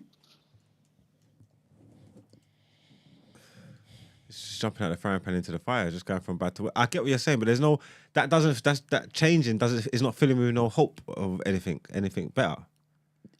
I think I we need get to what you're revisit saying. this. We need to revisit this when it is that they all set out their manifesto. Because Yeah. you're saying what you're saying only because you've heard him bumble bollocks in front of the world. the world, or you flipping lived through Boris Johnson, and then that stupid woman, and then that stupid man. No, I hear Who's where you're next? coming from. I don't know. Starmer. Yeah, we'll revisit this properly when Yeah, it we is have that to. because there's no way I'm allowing y'all to be saying this nonsense. Come when it is we are comparing manifestos and policies and whatnot. Impossible. No, but obviously, like you said before, innit? Like when it's time for the election and everyone's got the manifestos out, we're all going to represent the party and we're all going to make sure that So people are what informed. have you We seen actually him say need that's some made MPs you on so pro I'm Starmer? not pro Starmer. I am anti-conservatives. So basically, are you for any party being in there, or do you want Labour to be in there? I would prefer Labour to be in there than Conservatives. Okay. And you feel like the Labour that's under Keir Starmer will do a better job? I believe that plenty parties will do a better job. So I'm not even suggesting that if another party is providing this, that, and the next. Because remember, I was even looking at Lib Dems back in the day. I'm thinking, ooh, is that what they're doing for students? This is very progressive. I might even have to basically go and vote for Lib Dem. This was I was thinking. Do you understand? So I'm not wedded to any bloody party. It's only because we're doing this whole blue and red right now is why I'm saying what I'm saying. I am definitely looking to get out Conservatives. That's what I know for a fact. They've had long enough, and they've had leaders in power that we didn't even flipping vote for. That I can't stand for. Impossible. And where is it you guys are maligning Keir Starmer? You'll malign every single leader that comes there. I don't like the fact that AZ ousted Jeremy Corbyn. No. But remember, you didn't like Jeremy Corbyn. No, but I didn't like what he did to Corbyn. Remember, I didn't like... I liked Corbyn. I didn't like what Corbyn was saying because I didn't believe it was realistic. Nah, you know what I'm saying? I can't let you say you liked Corbyn. I cannot let you say you liked Corbyn. You Hopefully, didn't. hopefully, if somebody has the time and they can go through what we said on TDA, they'll find it. No, Remember, they're never going to find that you say you like Corbyn. Listen, I've said Yo, you before. lot, I'm hogging up the phone line, so let me leave you lot. All right, man. But I will say I didn't think. Emmanuel, Yeah. Emmanuel, you're wrong. All right, cool. See you later. Yeah? Ramsey. Yeah. No, I've said before. Remember, I've said here, I like the fact that Corbyn was stubborn. That's what I've said. Because I feel like it's necessary when you're a leader. I don't like his economic policies because I don't think they're realistic. I think he's too socialist. Do you know I'm we saying the same thing over and over Do you again. know what we need for 2024? We need a minutes taker. Yes. Because we record every day, people just be writing history in real time. I'm not saying you are, but I'm just saying like it's so easy for us to forget things. Yes. We need someone to start I don't taking mind him minutes. saying, having that statement attached to him, doesn't he? He does it all the time. No, but you remember also how what I was saying, especially about the Labour files as well, what they did to Corbyn, how much I didn't like that as well. Do you think he would have been a good Prime Minister? Now, something come back to me. In some ways, but I don't think economically it would have worked, man. No, I'm I against remember the you high saying he didn't think he taxation. was going to be a good leader. Yeah, because It's about him being weak. Yes, he did say that. Corbyn weak. He's not Yes, weak. you did. 100% he said that. I had a flashback like Raven Baxter. This took me back. I've never said Corbyn's weak. Yes, you have. Nah, because it's, You don't need to find it, man. You don't need to find You it. can't 'cause- find it. 403 No, but you can't- episodes. I you don't can't need just- to find it to but know you that can't just this say guy was stuff saying though, that. man. Because I don't need to find it. You can't just say stuff. Man was riding Boris Johnson's Corbyn, willy. when Corbyn was a leader, when Corbyn was a leader, this guy was like able to parry all the shots from within his party. He wasn't taking nonsense. That's what I liked about Corbyn. You know what I'm saying? I didn't like the high inheritance tax. I didn't like that he blamed everything on the rich. I didn't like all of those economic policies. I didn't like that he started doing grime. I see him doing grime. I said, oh You're on the no. block with your favorite rappers. I said, no. Not Too far. Not in my England. No. I said not in my English, you know. This here land. Yeah, I'm looking forward to the running. I'm actually really excited about us proper discussing this. Yeah. For the first time, we'll be doing it proper. It's going to be a good time. I'll get some people to come on and Yeah, we need to get talk some about their MPs parties, even their party members and whatnot. from all the parties and stuff to come up. I don't know what you people are talking about, man. You lot are obviously not day ones. Anyway. The day oneest of day ones. You lot need to find Me it. and Brent have said what we said, and you're saying they're not day one. Nah, because people are just chatting crap. People just want to disagree with me. You know what I'm saying? Don't worry, you're gonna get your chance to disagree with me, but you know, just make sure it's backed by facts, man. But anyway, I think that's it, man. Good idea. That's a good idea. Let's get into our next headlines.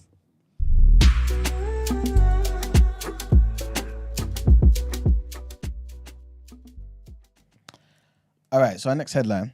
A new report has come out, man, accusing Russia of laundering around $2.5 billion from what it calls African blood gold since the start of the war in Ukraine. Can you imagine? The blood gold report accuses mercenaries from the Wagner Group of generating more than $100 million a month in revenue from the Kremlin, for the Kremlin through the illegal gold trade in the Central African Republic, Sudan and Mali. The report was compiled by a research team led by African-European relations expert Jessica Berlin. It says the military junta in Mali, which relies on mining companies for most of its revenue, pays Wagner mercenaries in cash. In the CAR, the Central African Republic, and Sudan, the Kremlin relies on complex smuggling routes to extract large amounts of gold from Africa to Russia and the UAE, where it can be mixed with legitimate sources of gold and then converted into cash. This is what it says in the report. Russia has not commented on the allegations. Next headline, and one of the British Army's first Rastafarian members of the Guards has spoken out. You laughing? Has spoken out after he won a claim of race discrimination and harassment against the Ministry of Defence. The army first victimised and then gaslit Dwight Pyle Gray when he complained about racial bias after a row in the guard room. Pyle Gray had been a soldier in the army for 16 years when a white member of the Guards refused to let him back into the Wellington barracks in central London because he did not believe he was a soldier. When Pyle Gray challenged the soldier, he was accused of playing the race card. Pyle Gray then went to see an officer to complain about what had happened. Instead, Pyle Gray was told that he would be the one facing disciplinary action. Eventually, he was given a formal charge of insubordination. Pyle Gray said he believed his case showed it was considered worse to accuse someone of being racist in the army than it was to actually be racist. He said that there were always questions about his appearance from other guards, like, why are you allowed to wear your hair like that? Aren't you supposed to be a pacifist? Don't you smoke drugs? Them stupid type questions, right? He said soldiers use racially offensive words while in his presence, including the N-word. Pyle Gray said such ignorance did not stop him enjoying his job or rising in the ranks. He became a lance sergeant.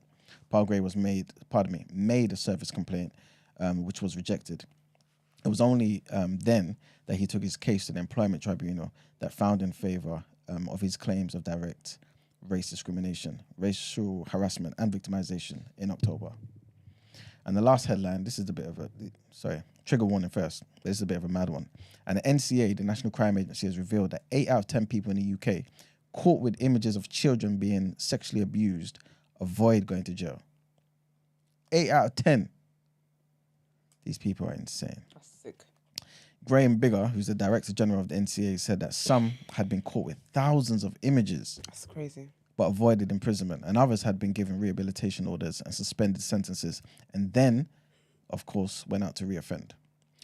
In a media briefing, the NCA called for tougher sentences of imprisonment. He also said a decision by Meta, which runs Facebook and Instagram, to introduce end-to-end encryption meant thousands of referrals received from the company about people who may pose a threat to children could be lost. Bigger said that it was striking that so many people convicted of having child abuse images were judged by the courts not to merit an immediate prison sentence.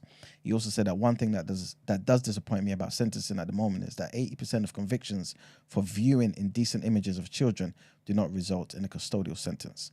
That balance just does not feel right. Asked what the benefit would be of more people like this being imprisoned, Bigger said to take them off the streets and stop their offending. And that's it for the headlines. Time to pay the bills. All right, let's get in some word on road. Let me just read out Sorry, Esther. Let me just read out the results of the poll. Oh, yeah. To vote or not to vote, that is the question, was Ava Vidal right? 52% say consider other parties. 16% say we have to vote no matter what. 16% say spoil ballot paper as a protest. Wow. And 30% say withhold your vote, no viable option. Ooh. Here for that. All right. Let's get on.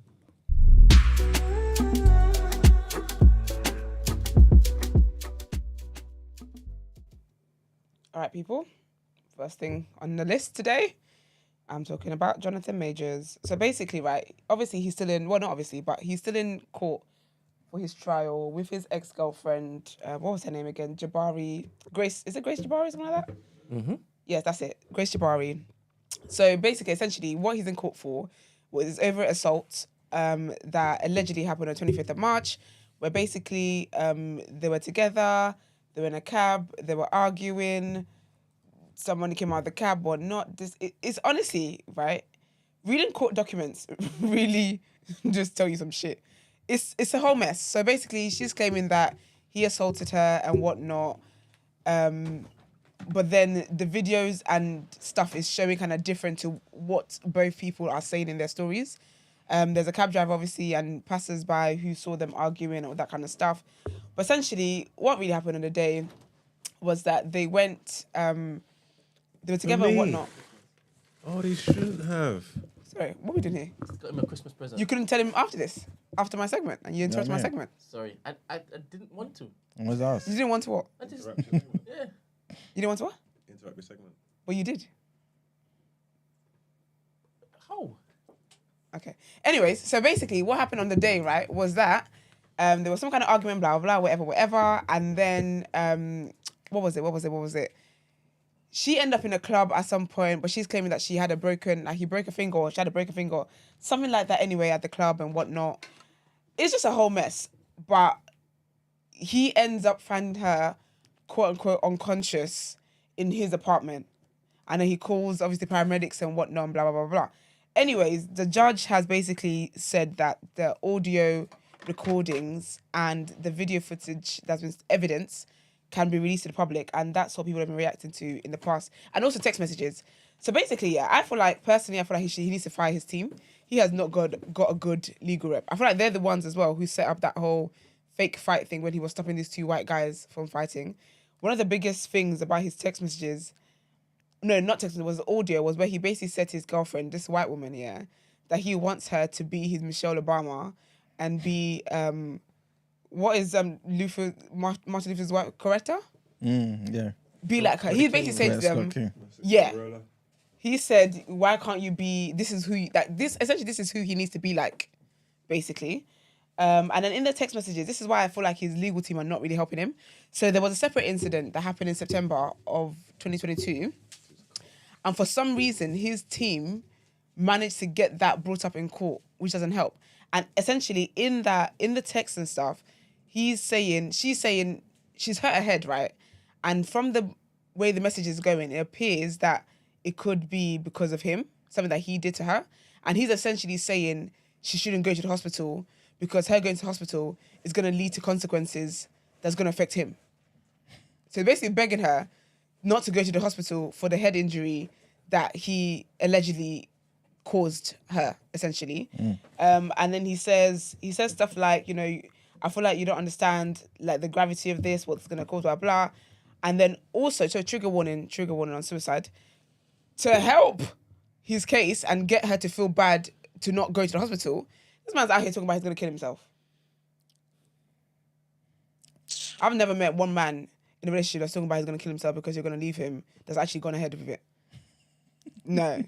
I've had that done to me a couple of times, and guess what? The man is still here. I don't know how that comes out of men's mouth. Listen, Kill yourself it's for their what? go-to. It's their go-to. Because now she's sending him messages talking about, oh, you got a daughter, and how's your mum going to feel? And how's this going to feel? All that bullshit for a guy that's probably sitting in his house having some little ram whilst manipulating you. Any guy that tells you he wants to kill himself because you caught him on doing some shit, or you said you're going to leave him, or you called him out on some bullshit. Men's mental health as well. Don't Also, fuck that. Put a gun back on me. Fuck that. They never ever go ahead. And also, if they do it, that's got nothing to do with you. You cannot use suicide as a form of manipulation. It doesn't. I said what I said. I don't know why everyone's stunned. I've said what I've said. Using suicide to manipulate people to keep on to stay with your bullshit is foolishness. You can't do that. You can't be 100%. abusing somebody and then telling them, if you go to police or if you leave me, I'm going to kill myself. Excuse me? 100%. Nah, you gotta let them Who's the victim here? You gotta let them kill themselves, you know. Bro, Do what you feel was right. Have the day you deserve. 100%, 100%. I So watched the video. I'm gonna say that. I watched the video. I think Which it one? looked like it was in New York. I don't know why. Is the one where we're chasing each other? No, it's not of this case. Oh, okay. What video? I don't know where it was, but it's in America. But Yeah. It looked familiar. I don't know why I say it was New York, but whatever. So maybe in the caption it said New York. So the girl broke up with a guy and then he hugged him, right?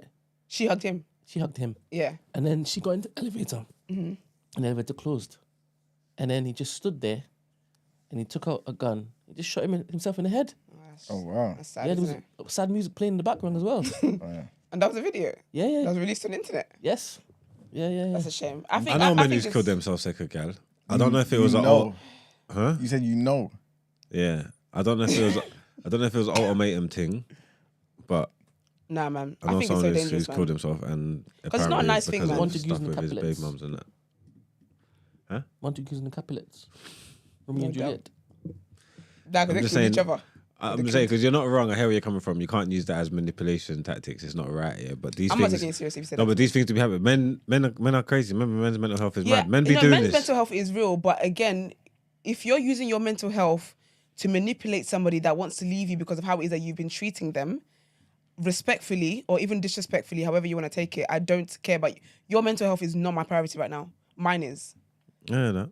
Mine is. Did you listen to the audio recording of I him? sure did. What did you get from that? So, which one? All right, the one where he I've got is the transcript saying here. you didn't uphold the level of responsibility to keep the peace when Ava Okay. came home drunk, right? I've got the transcript. And then he said, "I'm great. transcript. Let me read the transcript. I'm doing stuff for my culture and for the world, and you're supposed to be playing a role like what Obama's wife played, and a role like what Dr. King's wife played. That's the role you're supposed to be playing, and you're doing it. That's what he said to her. Let me read the Basically. transcript. Wait a minute. So let me You dropped the basically- ball. You dropped the ball. Basically. Crazy how he was talking to her like that. But I'm just People thinking, will have context just when I imagine read it. what they talk Can I read about it so people over have the, context? the dinner table Can and I read it breakfast so people table. have context? Conversation must be wild.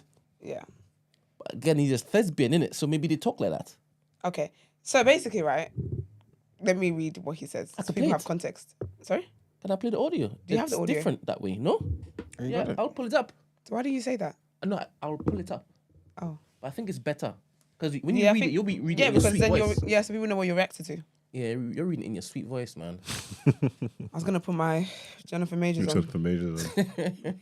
First of all, so basically, one of Brent gets that the video surveillance shows when the paramedics go into the house because she's unconscious, right? I'll be real with you, yeah. I feel like their relationship does have some abuse in it because even in the audio he talks about his having a temper and blah blah. But I feel like what they're currently in court for, I don't think what the incident that they're in court for is what he's going to be done for, if that makes sense. Because there's discovery from, like, again, the text message and whatnot was from September. And then also, because of how he's been in the relationship, all of that stuff is coming up. But then the incident of the 25th of March, the evidence is not really showing abuse. Because basically... But you can only charge him for the incident, though, innit? But that's what's crazy, though. His lawyers are the ones who had the messages where he's basically kind of admitted abuse entered into the trial. That's why I think he needs to fire them people. Yeah, I'm not saying it's comparable, right? But let's just say Kelly got caught doing something to an adult woman, right? And the prosecutors knew everything about all the other ones with the underage, this, that, and next. And they're now looking to release all that other stuff to show, like, a pattern of behavior in order for now the public to judge him harshly, even though they may not be able to prove that he is this particular case that it's in court. He's guilty of that particular case. So to just ruin his character, basically. Basically, yeah. No, but it should ruin his character, though, because, again, what the evidence is showing is that there was abuse in the relationship. So you're not getting done for March the 25th, but there has been abuse in this relationship. Yeah, but, But his character's on So his trial right character now. speaks... So, yeah, so his character that's on trial still speaks to abuse. So you're just getting the day you deserve, really. But so you agree with me? His character's ruined. But his character was ruined. When you say his character is ruined, explain what you mean by his character is ruined. By everything that's come out. Okay. He may not be found guilty for this particular thing that. Okay, I hear you. He's in trial. He's on trial for. Because of everything that's come out, his career and stuff will still be. Okay, yeah. Even the audio clip, I'm hearing him say, "Look, I might be a wild man. I might have problems, right? Yeah, man. But I'm a great man. I might have a temper, but I'm a great man." Let me hear this. To be fair though, like, he's what's it called? When they did the video surveillance here, that man stands on business. He's just got boots. Not one trainer in sight. Boots on every level. People were like, this. Someone was like, this guy's just got slave boots. It's like shells and boots. Here's the audio. Yeah, here's the audio. Period. This is action. Period. Do you understand that? Yeah. Do you could be doing right now? Period. This is action. Period. Do you understand that? Yeah. Do you really though, baby? Do you really? Yes. Then how dare you come home drunk and disturb the peace of our house when we have a plan?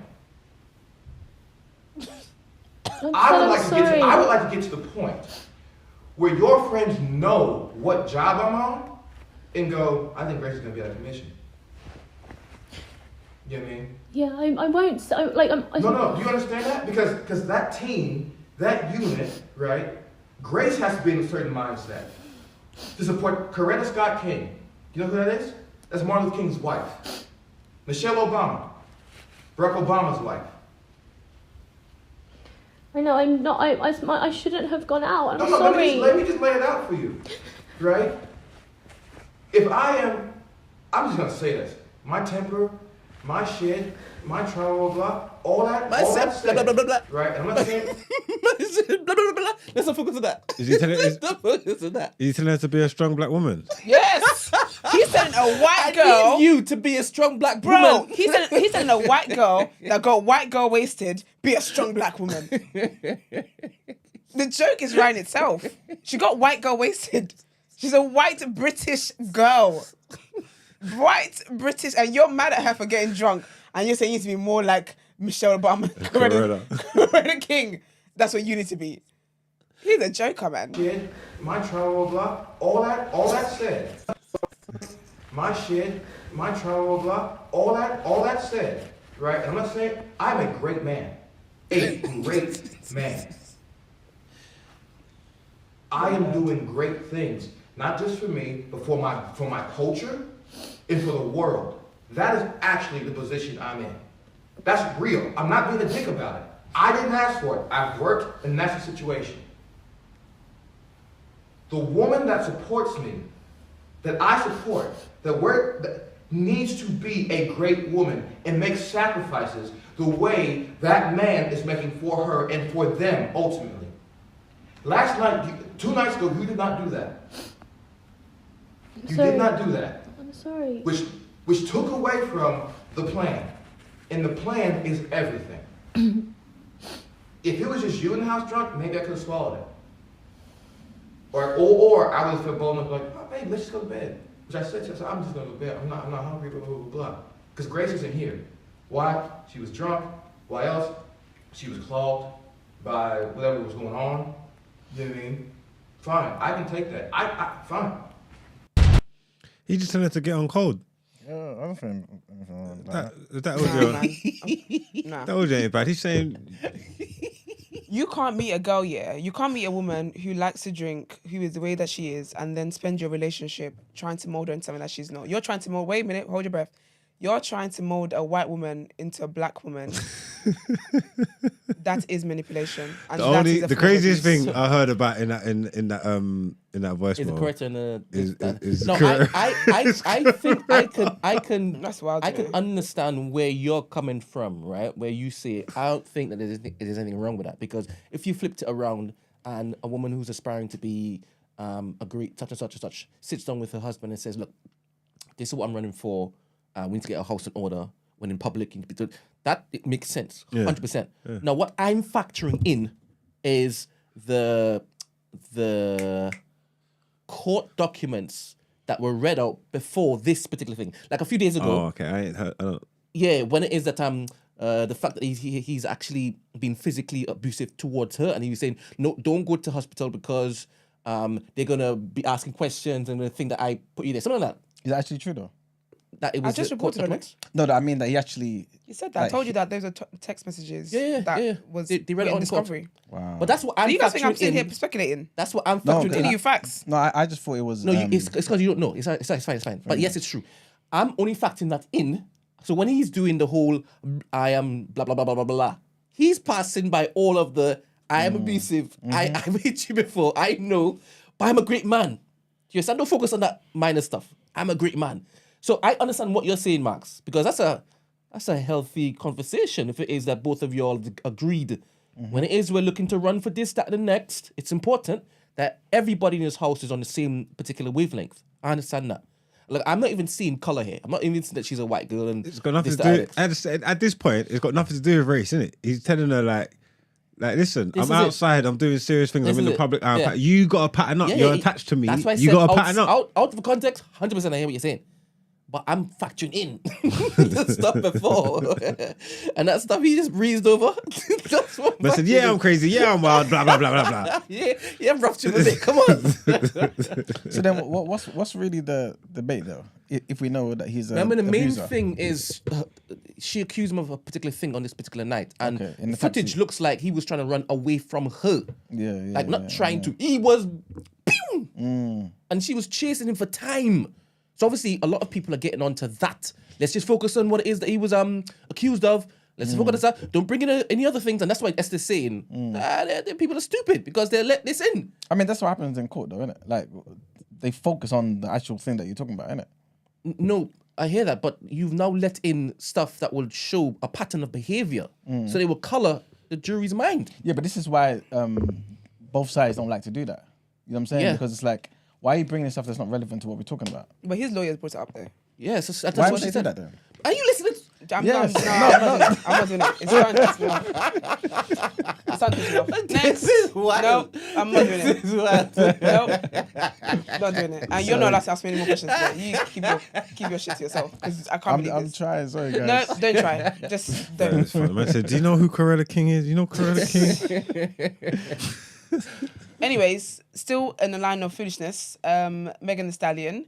So basically, Tory Lanez's driver, there's basically new court documents has been filed essentially. 'Cause obviously, Tory Lanez is still trying to get he's still trying to appeal and all that kind of nonsense. But anyways, his driver is claiming that he saw Kelsey. So Kelsey is Megan's friend. He's claiming that he saw Kelsey with the gun. So it's a whole document, a whole filing, all that kind of nonsense. Only for him to say. So he said he saw Kelsey with a gun. Only for him to say anyway that he didn't see who shot it. So why are you wasting everyone's time? That being said as well, Pardy is out here on a press run. Well, he says he's on a press run to promote his music, but he was a ghostwriter. He was a guy that was really, really behind the scenes. No one really knew of him like that until he started dating Megan. But he's on these interviews now acting confused and acting shocked that people are asking him about the relationship, especially after he dropped the song that he dropped, the whole diss track to her and whatnot. So he was on Breakfast Club, he was on Angela's show. I think he's got like a couple other ones that he's on anyway. But anyway, Megan basically did a live yesterday addressing all of that stuff where he was basically saying about how he wanted to propose to her, this and another. And she basically said how in her song where she talks about finding a guy in her bed cheating on her, something like that, blah, blah. She said she never said anyone's name. She said if he's sitting here telling people that he did not cheat, then why is he so pressed to be doing press runs and blah, blah. She also said about the whole Kelsey thing, and she said basically people shouldn't really be focusing on these platforms that are doing up funny headlines. She said read actual court documents. That will tell you what you need to know. She said with Kelsey, the interesting thing with Kelsey was that she said who shot her. She said Tory Lanez was the one who shot her. Other witnesses said Tory Lanez is the one who shot her. Kelsey was then upset with her for not going online to say that Kelsey didn't shoot her. But she was saying to Kelsey that she's not trying to talk about the whole situation at all. So why can't Kelsey go online and say herself that she didn't shoot Meghan. Then she said that's what made her realize that you either been paid or you're trying to protect somebody and blah, blah, whatever. She said she's always maintained the fact that she knows who shot her and that's why the person's in jail now. What else did she talk about? She also said about how people in her life, she said she said after losing her parents and stuff like that, she basically was spiraling and she was drinking a lot and going out a lot. She wasn't grieving essentially. And she was just kind of just living crazy, basically. And she said that the people that were around her were enabling this. So she said it's funny how people are sitting there now saying that she's damaged and she's not this and she's not that. But she said when people around her were enjoying this party girl and this getting drunk and all that stuff she was doing, like even to the point where sometimes when they're going out, she would literally just be crying and they'll be like, oh, like, can you like wipe your tears up? Let's get into the club kind of thing. Even they were parked outside. So she was saying I was just interesting that people are now here saying all these things. And when she decided that she was spiraling and it could end terribly for her, and she started to get help, go to therapy, stop drinking, all that kind of stuff, was when she started to lose people and they're acting all, whatever. She looks really healthy, in all honesty. I don't think anyone can make me hate Meg. I love Meg, to be fair. She looks really healthy. She's taking care of herself. And she said she doesn't wish anyone bad, man. And she said one thing about her, like, she's not going to be out here revealing people's secrets the way, obviously, Party's been doing. She said that's not how she rolls. She said if she falls out people and they're no longer friends, they're no longer together and whatnot, she's not going to go around spilling their business because they were cool at one point and it is what it is. Party then went on live to say some things. I tried to watch it, but honestly, no, I didn't have time for that, if I'm being honest with you. I just didn't. He wasn't really making sense like that. And I don't understand how he's acting confused that, because he's like, I'm only going to promote my music, but no one knows you outside of Meghan like that. People that you write for know you like that. Anyways, all that put set to the side. Lastly, for me, I talked about Lupita breaking up with her man a while ago. And then I also reported on this guy, Joshua Jackson, and his wife getting a divorce. Well, there's speculation that he and Lupita are together. And it's so funny because he's actually got a type. It's so funny. But yeah, man, but I'm happy for her, man. So they were seen together and this looks like she's happy and she's dealing better with a heartbreak and I absolutely love that. So good on her. But yeah, man, that's all for me. Let's get into People's Journal.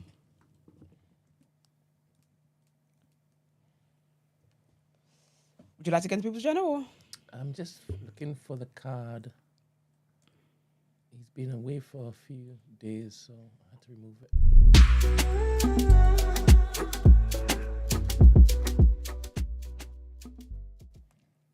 All right, people. Welcome to the People's Journal, where I give you the news from an economics point of view.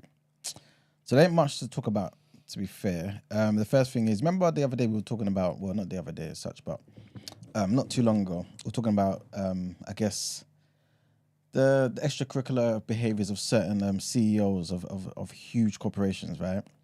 Well, another one's come to the forefront, basically. His name is Bernard Looney, right? And he stepped down as the chief executive of BP, yeah. So he was a former BP boss. But he got caught up in a few allegations of certain things. And long story short, he's been stripped of £32 million. You know what I'm saying? So he's going to be forfeiting more than £32 million in actual pay and potential pay. You know what I'm saying? And the reason why is because the board said that he misled them about his workplace relationships. So apparently there was something that occurred where he told them certain things, right? So I believe it was in 2022. BP was alerted about certain claims about him, right? And he obviously was forthcoming, at least this is what they thought. And so it kind of died down, innit? But long story short, some other allegations of a similar nature later emerged as well. And then a whole new fresh investigation was also launched, right? And long story short, BP spokesperson said that following careful consideration, the board has concluded that in providing inaccurate and incomplete assurances back at the first investigation in July of 2022, Mr. Looney knowingly misled the board. And because of that, the board has determined that this amount, what he did basically amounts to serious misconduct. Long story short, they're stripping of £32 million, you know what I'm saying, of actual pay and future earnings, you know what I'm saying? So, yeah, man, they also added that he's been formally dismissed as of Wednesday. And what they say is this decision had the effect of bringing Mr. Looney's 12-month notice period to an immediate end. Last year, bear in mind, last year he made about £10 million in wages, bonuses, and other benefits just last year alone. So yeah, that's the situation with him. You guys, you lot shop at Farfetch? Sometimes. Got a few things from there, you know what I'm saying? Ben, what about you? No. Okay, Farfetch is like your other guy, the other one you discovered. Like Potter? That's right. Serious? Yeah. I'm never going there. Well, basically, they're struggling, man. They're struggling apparently, man. And so currently they're in talks to secure some emergency funding from the Apollo Global Management because they're trying to, sort out their finances. Long story short, there ain't much to it. It's just some new information that from sources that were speaking on Wednesday, and they pretty much said that Apollo was one of the only number of firms that are currently in a dialogue with Farfetch, and they cautioned, of course, they told people, don't be too hasty. You know what I'm saying? The deal it's not been sorted out yet, but you know what I'm saying? It's looking kind of okay. You know what I'm saying? But it's unclear whether the new capital that they're going to get from this funding from Apollo, if they actually do get it, will be provided as debt or equity or a combination of the two. So again, if we get more information, bring it to the people, man. Next thing I wanted to mention, stock markets apparently have gone up, man, after the US Federal Reserve hinted that interest rate cuts may be in the near future, man. So yeah, this is a sign, obviously, people are excited that, you know what, this is going to be some good times ahead of us, you know what I'm saying? Obviously, England anyway, the last 3 months, I believe the last hike was in August. So September, October, November, 3 months of consecutive bank rates, the base rate remaining the same. And actually today, I believe, if I'm not mistaken, they are meeting to discuss what they're going to do with the base rate as well. Again, most people believe it's just going to remain the same because the Bank of England governor has said quite a few times, to be fair, that he doesn't see the people coming together, the board coming together and actually deciding to reduce the rate. But yeah, we'll see what happens. But yeah, long story short, I say all of that just to say, because of this, because people actually believe in, especially in America, that interest rates are going to be cut, stock markets started to rise, man. So that's some good news. Next thing I wanted to mention is Malawi. So remember we spoke, I believe it was Malawi, it's definitely Malawi, how certain people actually went to Israel to kind of help out with the farming, because obviously a lot of the people during the Gaza war, the Israel-Gaza conflict had left the country. So long story short, I mentioned all that just to say that Malawi's back in the news, and they're looking to receive $137 million of budget support from the World Bank. So this is a month after the country's currency lost nearly half of its value against the US dollar. So they're going to be receiving, well, in pounds, £109.4 million. For those who don't know, Malawi is one of the poorest countries in the world, man. And they've been battling chronic foreign currency shortages, which have led to shortages of fuel, medicines, and fertilizers. So the country's just not doing well at the moment. But yesterday, the World Bank announced that they're going to get some fresh funding, man. And of that £109.4 million, 63, I should say, in pounds, £63.9 million is going to be paid to them immediately.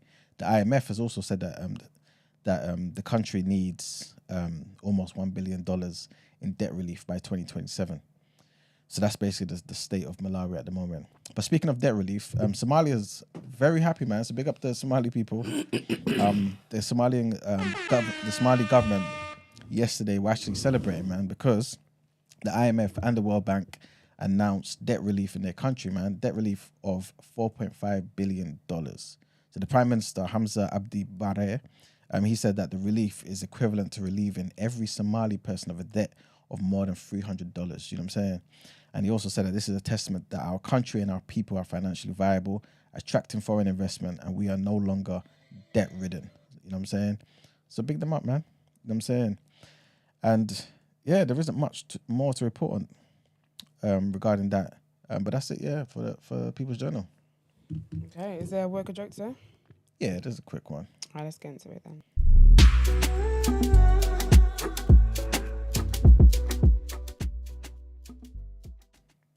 All right, guys. So I think the last Walker joke, I'm not too sure actually, it might have been 2 Walker jokes ago, where Esther was the only one who got it right, got everything right.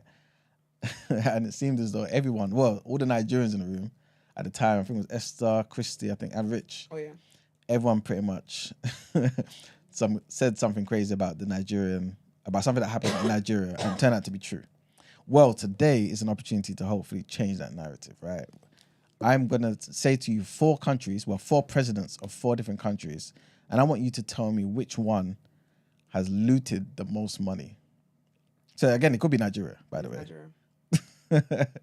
But let's see, right? So you've got Sani Abacha, who's representing the mighty nation of Nigeria. And he is obviously looted a certain amount of money. You've got somebody by the name of Suharto, and he's from Indonesia. Yeah. In fact, let me tell you a bit more about some of these people so you can have a bit more context, right? So for those who don't know, Sani Abacha was the Nigerian president, right? And apparently between 1993 and 1998, he reportedly looted between, well, this is the figures, either 5 billion, 10 billion, 35 billion, or 60 billion. So these are the figures I'm giving for each one of these people. But you listen as well, yeah? Yeah. Yes. And Marks? 1 second. You guys. It's not. I'm listening. All right, cool. The next person is the president of Indonesia, and he was the president between 1967 and 1998. So his name is Suharto, yeah? And allegedly, he cleaned out his country's state funds as well.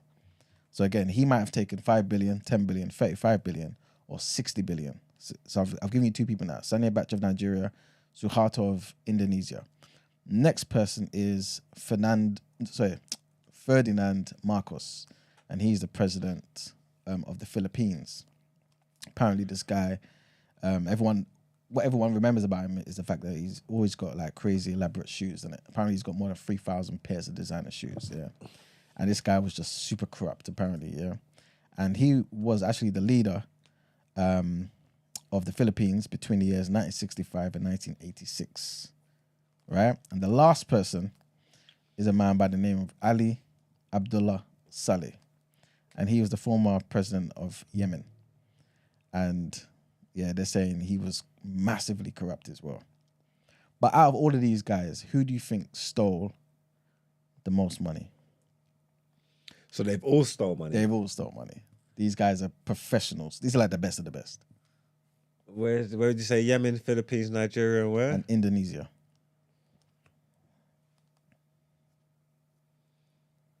You're not giving us the figures? Yeah, I get 5 billion, Yeah. 10 billion, 35 billion, Yeah. and 60 billion. And can you tell us what number is the one that's correct? What do you mean? They're all correct. They're all correct. They've all stole. We got to pick who's got. They've all stole money. Okay. Yeah. All right. Cool. Who stole the 60? Who stole the 60? Is what you got to say. Yeah. Billion or million? Billion. These are all billion stealers. Yes. In the countries again? So Nigeria, Indonesia, Philippines, and Yemen. Oh, okay. I'm going to go for Yemen. I was thinking Yemen, but my man with the shoes. He's got 3,000 shoes. Where's he? Philippines? What country is bigger? The Philippines or Indonesia? Indonesia. Oh, no, I think Indonesia is quite big, you know. They got the largest Muslim population in the world. I'm going Indonesia. Okay. Yemen's a good shot though. Yeah. Where you guys put in Nigeria then? I think because it's World Cup joke, he's probably going to be like low. He probably done like 5 billion. It's Nigeria. Sani Abacha. Esther, you know Sani Abacha. I'm trying to remember what I know of him. I remember his name. I remember studying him. I can't remember. He's the if guy I that... learned of him that he's a thief. Oh, yeah. Chronic. I don't think he would have sold 60 billion. Okay. No. Brent, do you say yours? I don't think it's Indonesia. Okay. Might be Yemen. I don't think it's Nigeria because that's easy. And I keep doing that. I think if you tee up an easy dunk for me, I'm not going to choose it. It might be the guy with the shoes, man. Who's the guy with the shoes? Is it Yemen? Philippines. I'll go with the Philippines then. Well, sorry, I did make a mistake. It's not him himself, it's his wife. So his wife had the 3,000 designer shoes. Well, if there's gal involved, then she probably still made him Philippines. I'll go with that. Okay. Esther again, man. No, that for me. Esther again. She got it right, man. Yemen. Yeah, see, I was leaning towards Yemen, but she took it first. It was a good pick. Yeah, man. This guy has amassed as much as $60 billion during his time in office, which is roughly equivalent to the country's annual GDP. Can you imagine? That's wild. Yeah, man. What did they do with all that money anyway? Apparently, it was much of it he got through schemes to provide oil and gas contracts. Yeah, man. What a terrorist. Next person was Suharto of Indonesia, man. This guy was a president between 1967 and 1998. 35. And he got 30. Yeah, he took 35 billion. In the year 2000, he was placed under house arrest and charged with the theft of 570 million via fake charities. Yeah. But the actual court doctors found him too ill to stand trial. So this guy got away with it. Third place is actually the Philippines guy, man. You know, obviously his wife's spending habits were crazy, so he had to, steal and steal and steal. But yeah, man, he's suspected of stealing more than $10 billion from his country during his reign.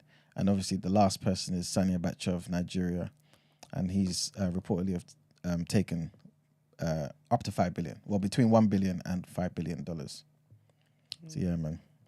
But yeah, that's it. All right, let me just read out the result of the poll. Same question: which president has looted the most? 38% say Nigeria, 30% say Yemen, 23% say Indonesia, and 7% say Philippines. Everybody want Nigeria. Okay, let's get into our last headlines for today.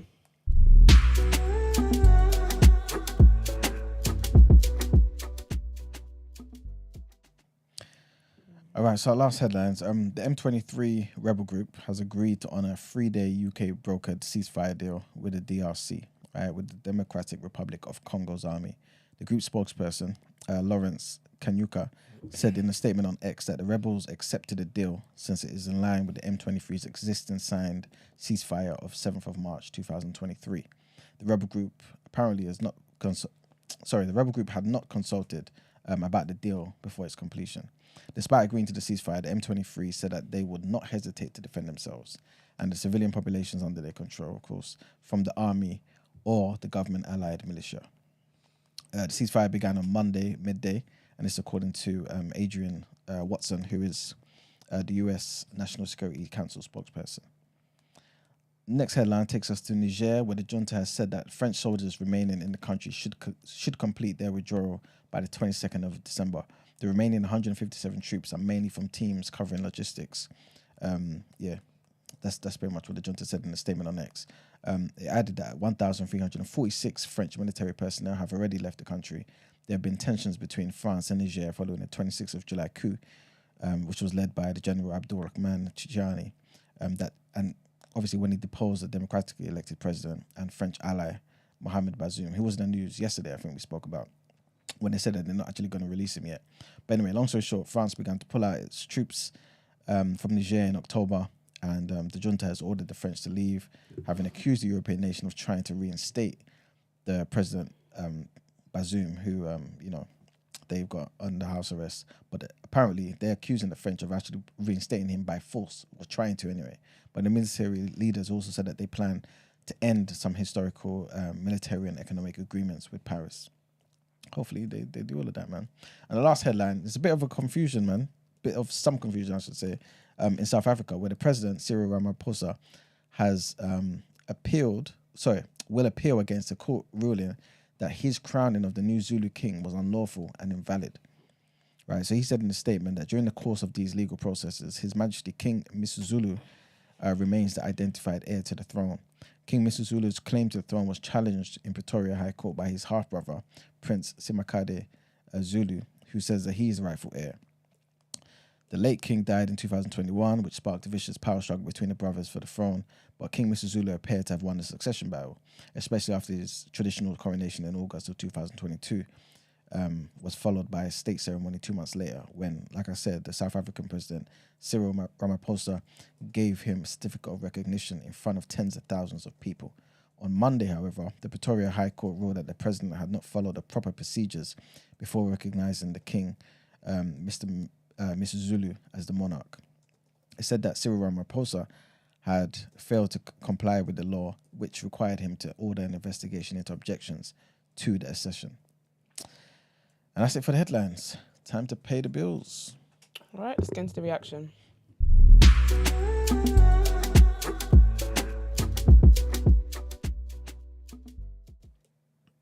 Welcome to the reaction, people. I've got your sports headlines for you. Get rid of that. So, our first sports headline is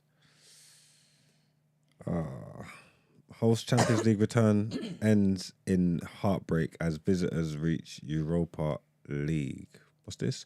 Newcastle's return to the Champions League after more than 20 seasons away ultimately ended in heartbreak as they dropped out of Europe altogether thanks to a 2-1 defeat to AC Milan. Eddie Howe's side knew they were outsiders to reach the last 16 going into matchday 6 with victory over Milan a necessity, while they also needed Paris Saint-Germain to lose or draw away to Borussia Dortmund. It was all going Newcastle's way at half-time, with Joe Linton rifling them in front and PSG being held in Germany. A Dortmund goal sparked more celebrations at St James's Park, but it all fell apart for the Magpies, with Christian Pulisic levelling for Milan and PSG pulling the goal back within a matter of minutes. As it has often done amid their injury crisis, fatigue appeared to hamper Newcastle in the closing stages, with Milan belatedly growing into the game. The hammer blow came in the 84th minute when Samuel Chukwueze finished a deadly counter-attack that dropped Newcastle to 4th in Group F, and facing up to the fact that Milan had pipped them to the Europa League playoff spot. Thought they were going to do it, man. Tough. They was winning as well. Oh well. And United City keep their 100% record, perfect Champions League record going, beating Red Star Belgrade. So it says Man City youngsters Mika Hamilton and Oscar Bob both scored to help Pep Guardiola's side to a 3-2 victory over Red Star Belgrade and finished top of Group G with a flawless victory. City joined Liverpool as the only other English team to ever win all 6 Champions League group games in the season on a defining night for the club's academy in Serbia. Hamilton, 20, who joined the club aged 9, was handed his first team debut as one of 9 changes and opened the scoring with a powerful effort that crashed into the roof of the net before Bob, on his first City start, netted the second with a clinical finish. The spirited Red Star hit back through substitute in Boehm Hung, but Hamilton won a late penalty, which was converted by Calvin Phillips for his first goal for the club. And yeah, there you go. And our last sports headline says, well, are we going to get AJ versus Wilder? So apparently it depends. Anthony Joshua versus Deontay Wilder is reportedly now finally agreed to take place on March the 9th in Saudi Arabia. However, both men must first win their fights next weekend in order to confirm the long-awaited heavyweight showdown. After the already signed Tyson Fury versus Alexander Usyk undisputed clash had to be pushed back from December 23rd to February 17th due to Fury's tough 10-rounder with Ngannou, boxing chiefs in Saudi Arabia decided to push ahead with a different show on that date. Next weekend will now play host to Joshua versus Wallin and Wilder versus Parker as part of a huge heavyweight card. According to ESPN journalist Mike Coppinger, a deal is in place for the 2 main protagonists to meet on March the 9th, so as long as they both emerge victorious. Back when they first tried to agree to deal in 2018 and 2019, the pair were heavyweight world champions and would have met in an undisputed showdown. Do we care anymore? Yeah, I think so. I think we still need to see that fight, man. Ain't it annoying that they're both going to be on the same card on the weekend and they're not fighting each other? Yeah, it's ridiculous. It is. It's ridiculous. But the thing is, yeah, I'm not too sure both of them are going to come away with a win, that day. It's just risky. It's a risky night, man. Yeah, see, then it's just more nonsense, man. Like, I don't know, man. I'll be honest with you. At the time, I was invested. Yeah. But it was the 3 of them and it was all going down. I wanted to see, oh, you get me? Yep. But at this point, I'm just like, don't get me wrong. I'll tune in if it's happening. But Do we care? They threw it away, man. It could have been two black, great heavyweights with all the belts, unified, undisputed. Yeah, when they were champions and that, it was making sense to me. Yeah. Why are you gonna watch them fight when their husbands for? What are they gonna fight for? Yeah, but they're still top 5 heavyweights though. You know what I'm saying? They're still top 5. It's still gonna be a good fight because you would still perhaps watch AJ fight anybody else. Why not Wilder? You know what I'm saying?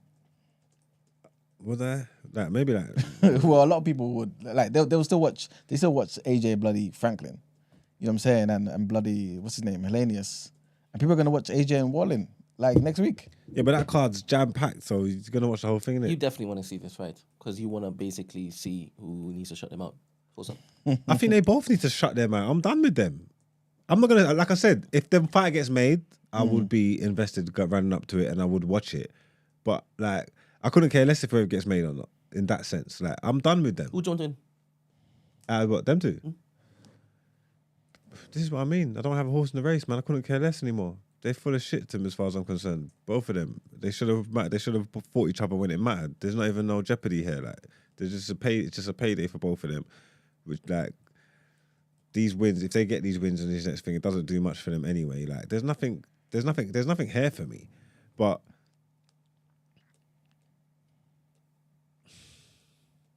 who do you want to win, Manuel? I want AJ to win. All right. But I'm shook, man. Yeah. You know, I've always kind of spoken about his defense and stuff. Yeah. But yeah. Yeah. I just want to see. Who would you like to win? Oh, you don't mind? I don't want to do this on air. All right, cool. I don't know what that means. Oh, Ed reminded me. There's a bomb squad. Ed reminded me, man. There's another fight coming up this weekend. Sonny Edwards and Jesse Bam Bam Rodriguez. It's a sick fight, man. I think they're flyweights. I'm gonna miss that one. It's a serious fight. Serious fight, man. Sonny Edwards, he's super confident, you know. Sonny Edwards, man. I don't know if I've seen him fight. You might, yeah. Well, he's not like these type of guys are not always headlining all on TV and stuff like that. To be fair, but they're serious fighters, man. Bam Bam's a serious guy as well. He's just been knocking guys out, man. Yeah, wow. And Sonny Edwards got the skill as well. He's a high IQ type of fighter. You know what I'm saying? So it'll definitely be a good fight. To be fair, because one could argue they're the best, the top 2 in that particular division. So it'll be a good fight, man. Bam and Sonny Edwards. Looking forward to it, man. All right, then. Well, there you go for the weekend. We'll get into that one next week. No, Steph. That's the end of our sports headlines, man. Let's get into done out here.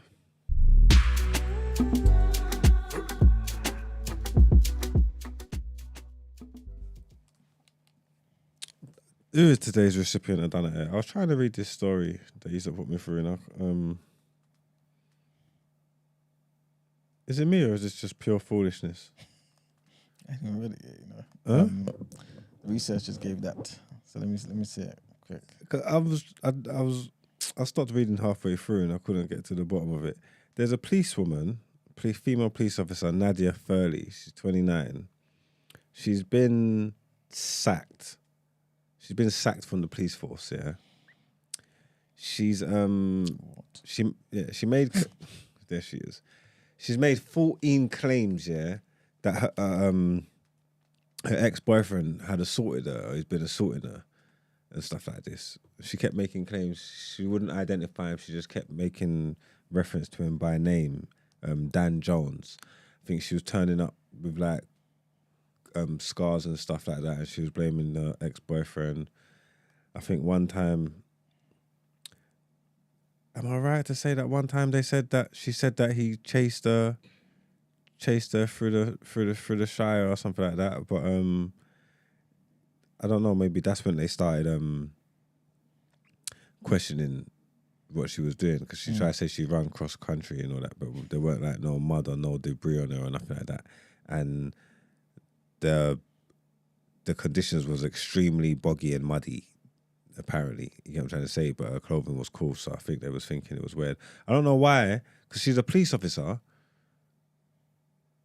So I don't understand why she would do this. But apparently, Dan Jones has been abusing her, whatever, and doing stuff. She wasn't necessarily cooperating properly. She was only mentioning him by name. They never had no idea of who he was. So then the police now have done a covert operation. I don't even know if this is legal, but they've done a covert operation and they've put CCTV in her yard, yeah, without her knowledge. Is that legal? Don't sound it, man. It's in America. I didn't know you can do that. Maybe because she works for them. Huh? Maybe because she works for them. I don't know. Yeah, I just didn't know he was allowed to do that. But they put CCTV in her yard. Who's this man? He was guilty of something. Let's see. Constable. Oh no, he's just the one that dismissed her. He's the one that told her to stop the foolishness. You know what I'm saying? They put the CCTV in her yard, bro. And obviously then she's under covert surveillance, innit? And then apparently, I think it's like there's 2 or 3 occasions where she's said Dan's come to the yard and mashed her up again. And her account of it, like how he's got there, what's happened, whatnot, it's all been refuted with the CCTV evidence that's shown nobody's come to this yard.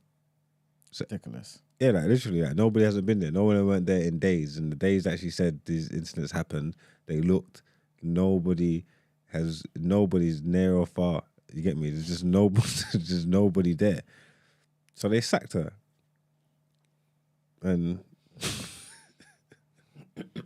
the boyfriend don't exist. He's not a real person, no. Can you imagine? So this is like this is a mental health issue, right? Boy, yeah. But I suppose you got to sack her because then you can't have crazy people working for the force. 100%. She needs to go immediately. And I was trying to work out like why she's doing this. And I've got nothing. Like I've literally got nothing.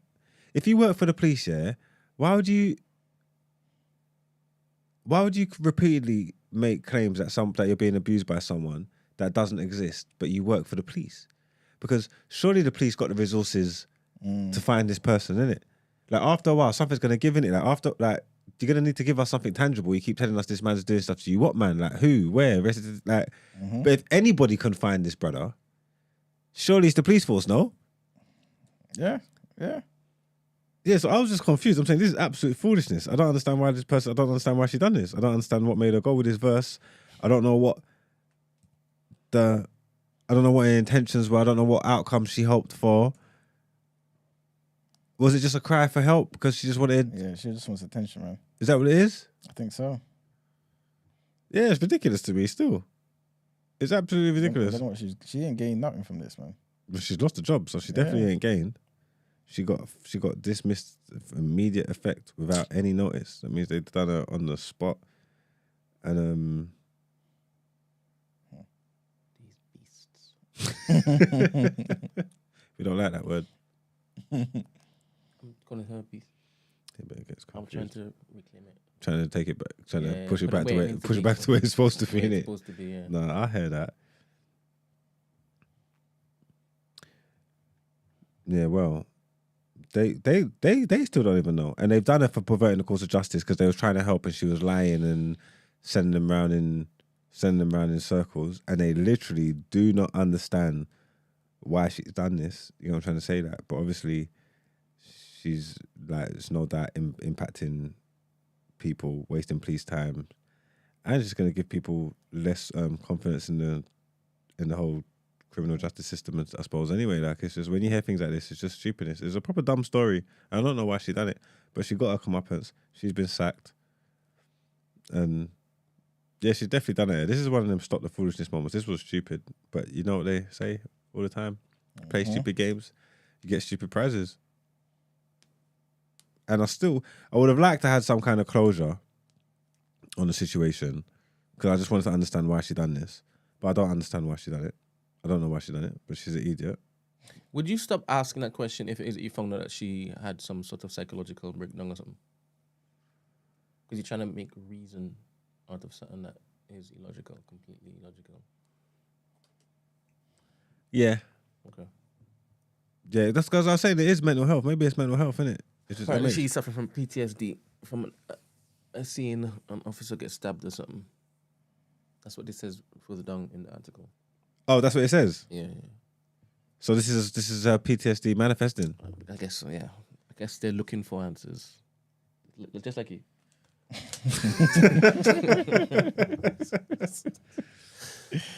ain't got no answers for it, but yeah, I guess so, man. But anyway, that's enough of psychopath of the police force. I suppose it's good anyway, because if it is MH, that could have presented in other ways while she was on the job. That could have affected civilians and the public and stuff like that. You know what I'm trying to say? So I suppose it's a win-win. She's out of there, man. PC 30, she's arrested, charged, 2 counts of perverting the course of justice. Yeah, she's gone, man. She's well and truly done it here. That's that on that. It's funny when you put that picture of the white man, the police officer, up, and he just looked like he was guilty or something. I had to go and read the story. Wait, what's this one do? He didn't do nothing. He was straight. Yeah, man, that's it, man. Let's get into our outro. Done it.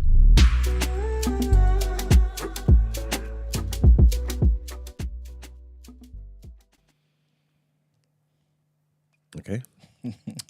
Well, that's the end of today's show.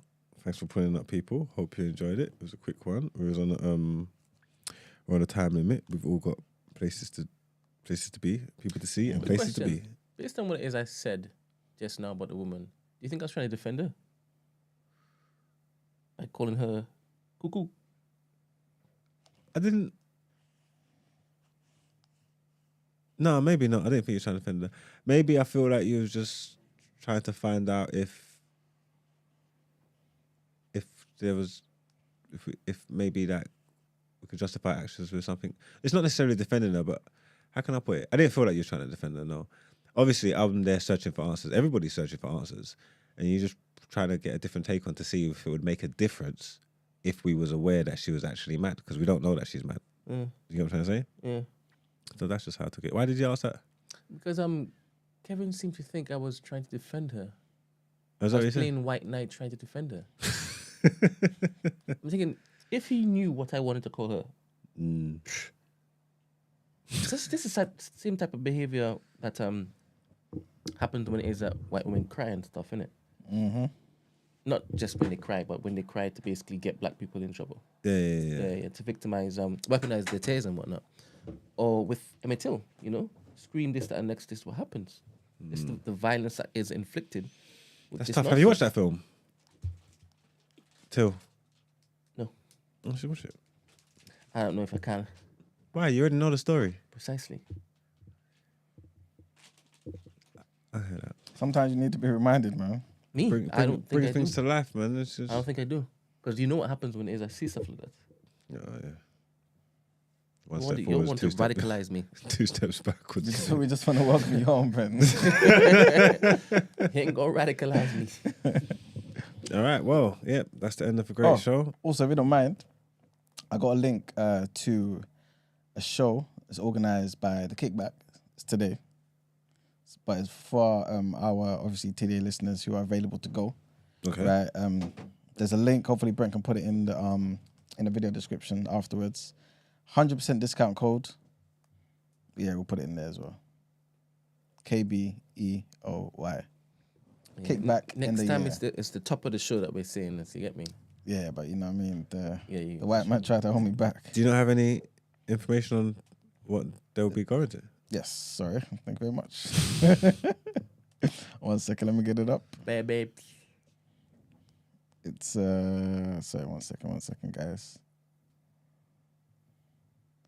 All right, so it's the end of year, Black Professionals, Londoners, end of year after work event.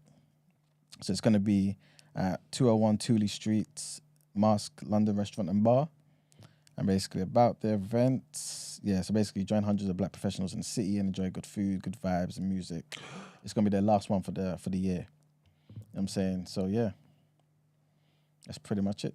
But yeah, the link's going to be there, innit? So you can obviously see everything that is going to kind of contain and whatnot. But yeah, strictly young professionals and entrepreneurs, age 23 and upwards. Yeah, so it's going to be like games, networking, opportunities, like sing-alongs, R&B songs and all them type of things there, and after party as well. And it's from 6 p.m. today till late. So yeah, if you're interested, just click the link and you get a 100% discount code, man, which will also be there. So yeah, if you're interested, show up, man. But that's it. All right then, man. Well, see y'all tomorrow. Peace. Bye. Peace. Bye.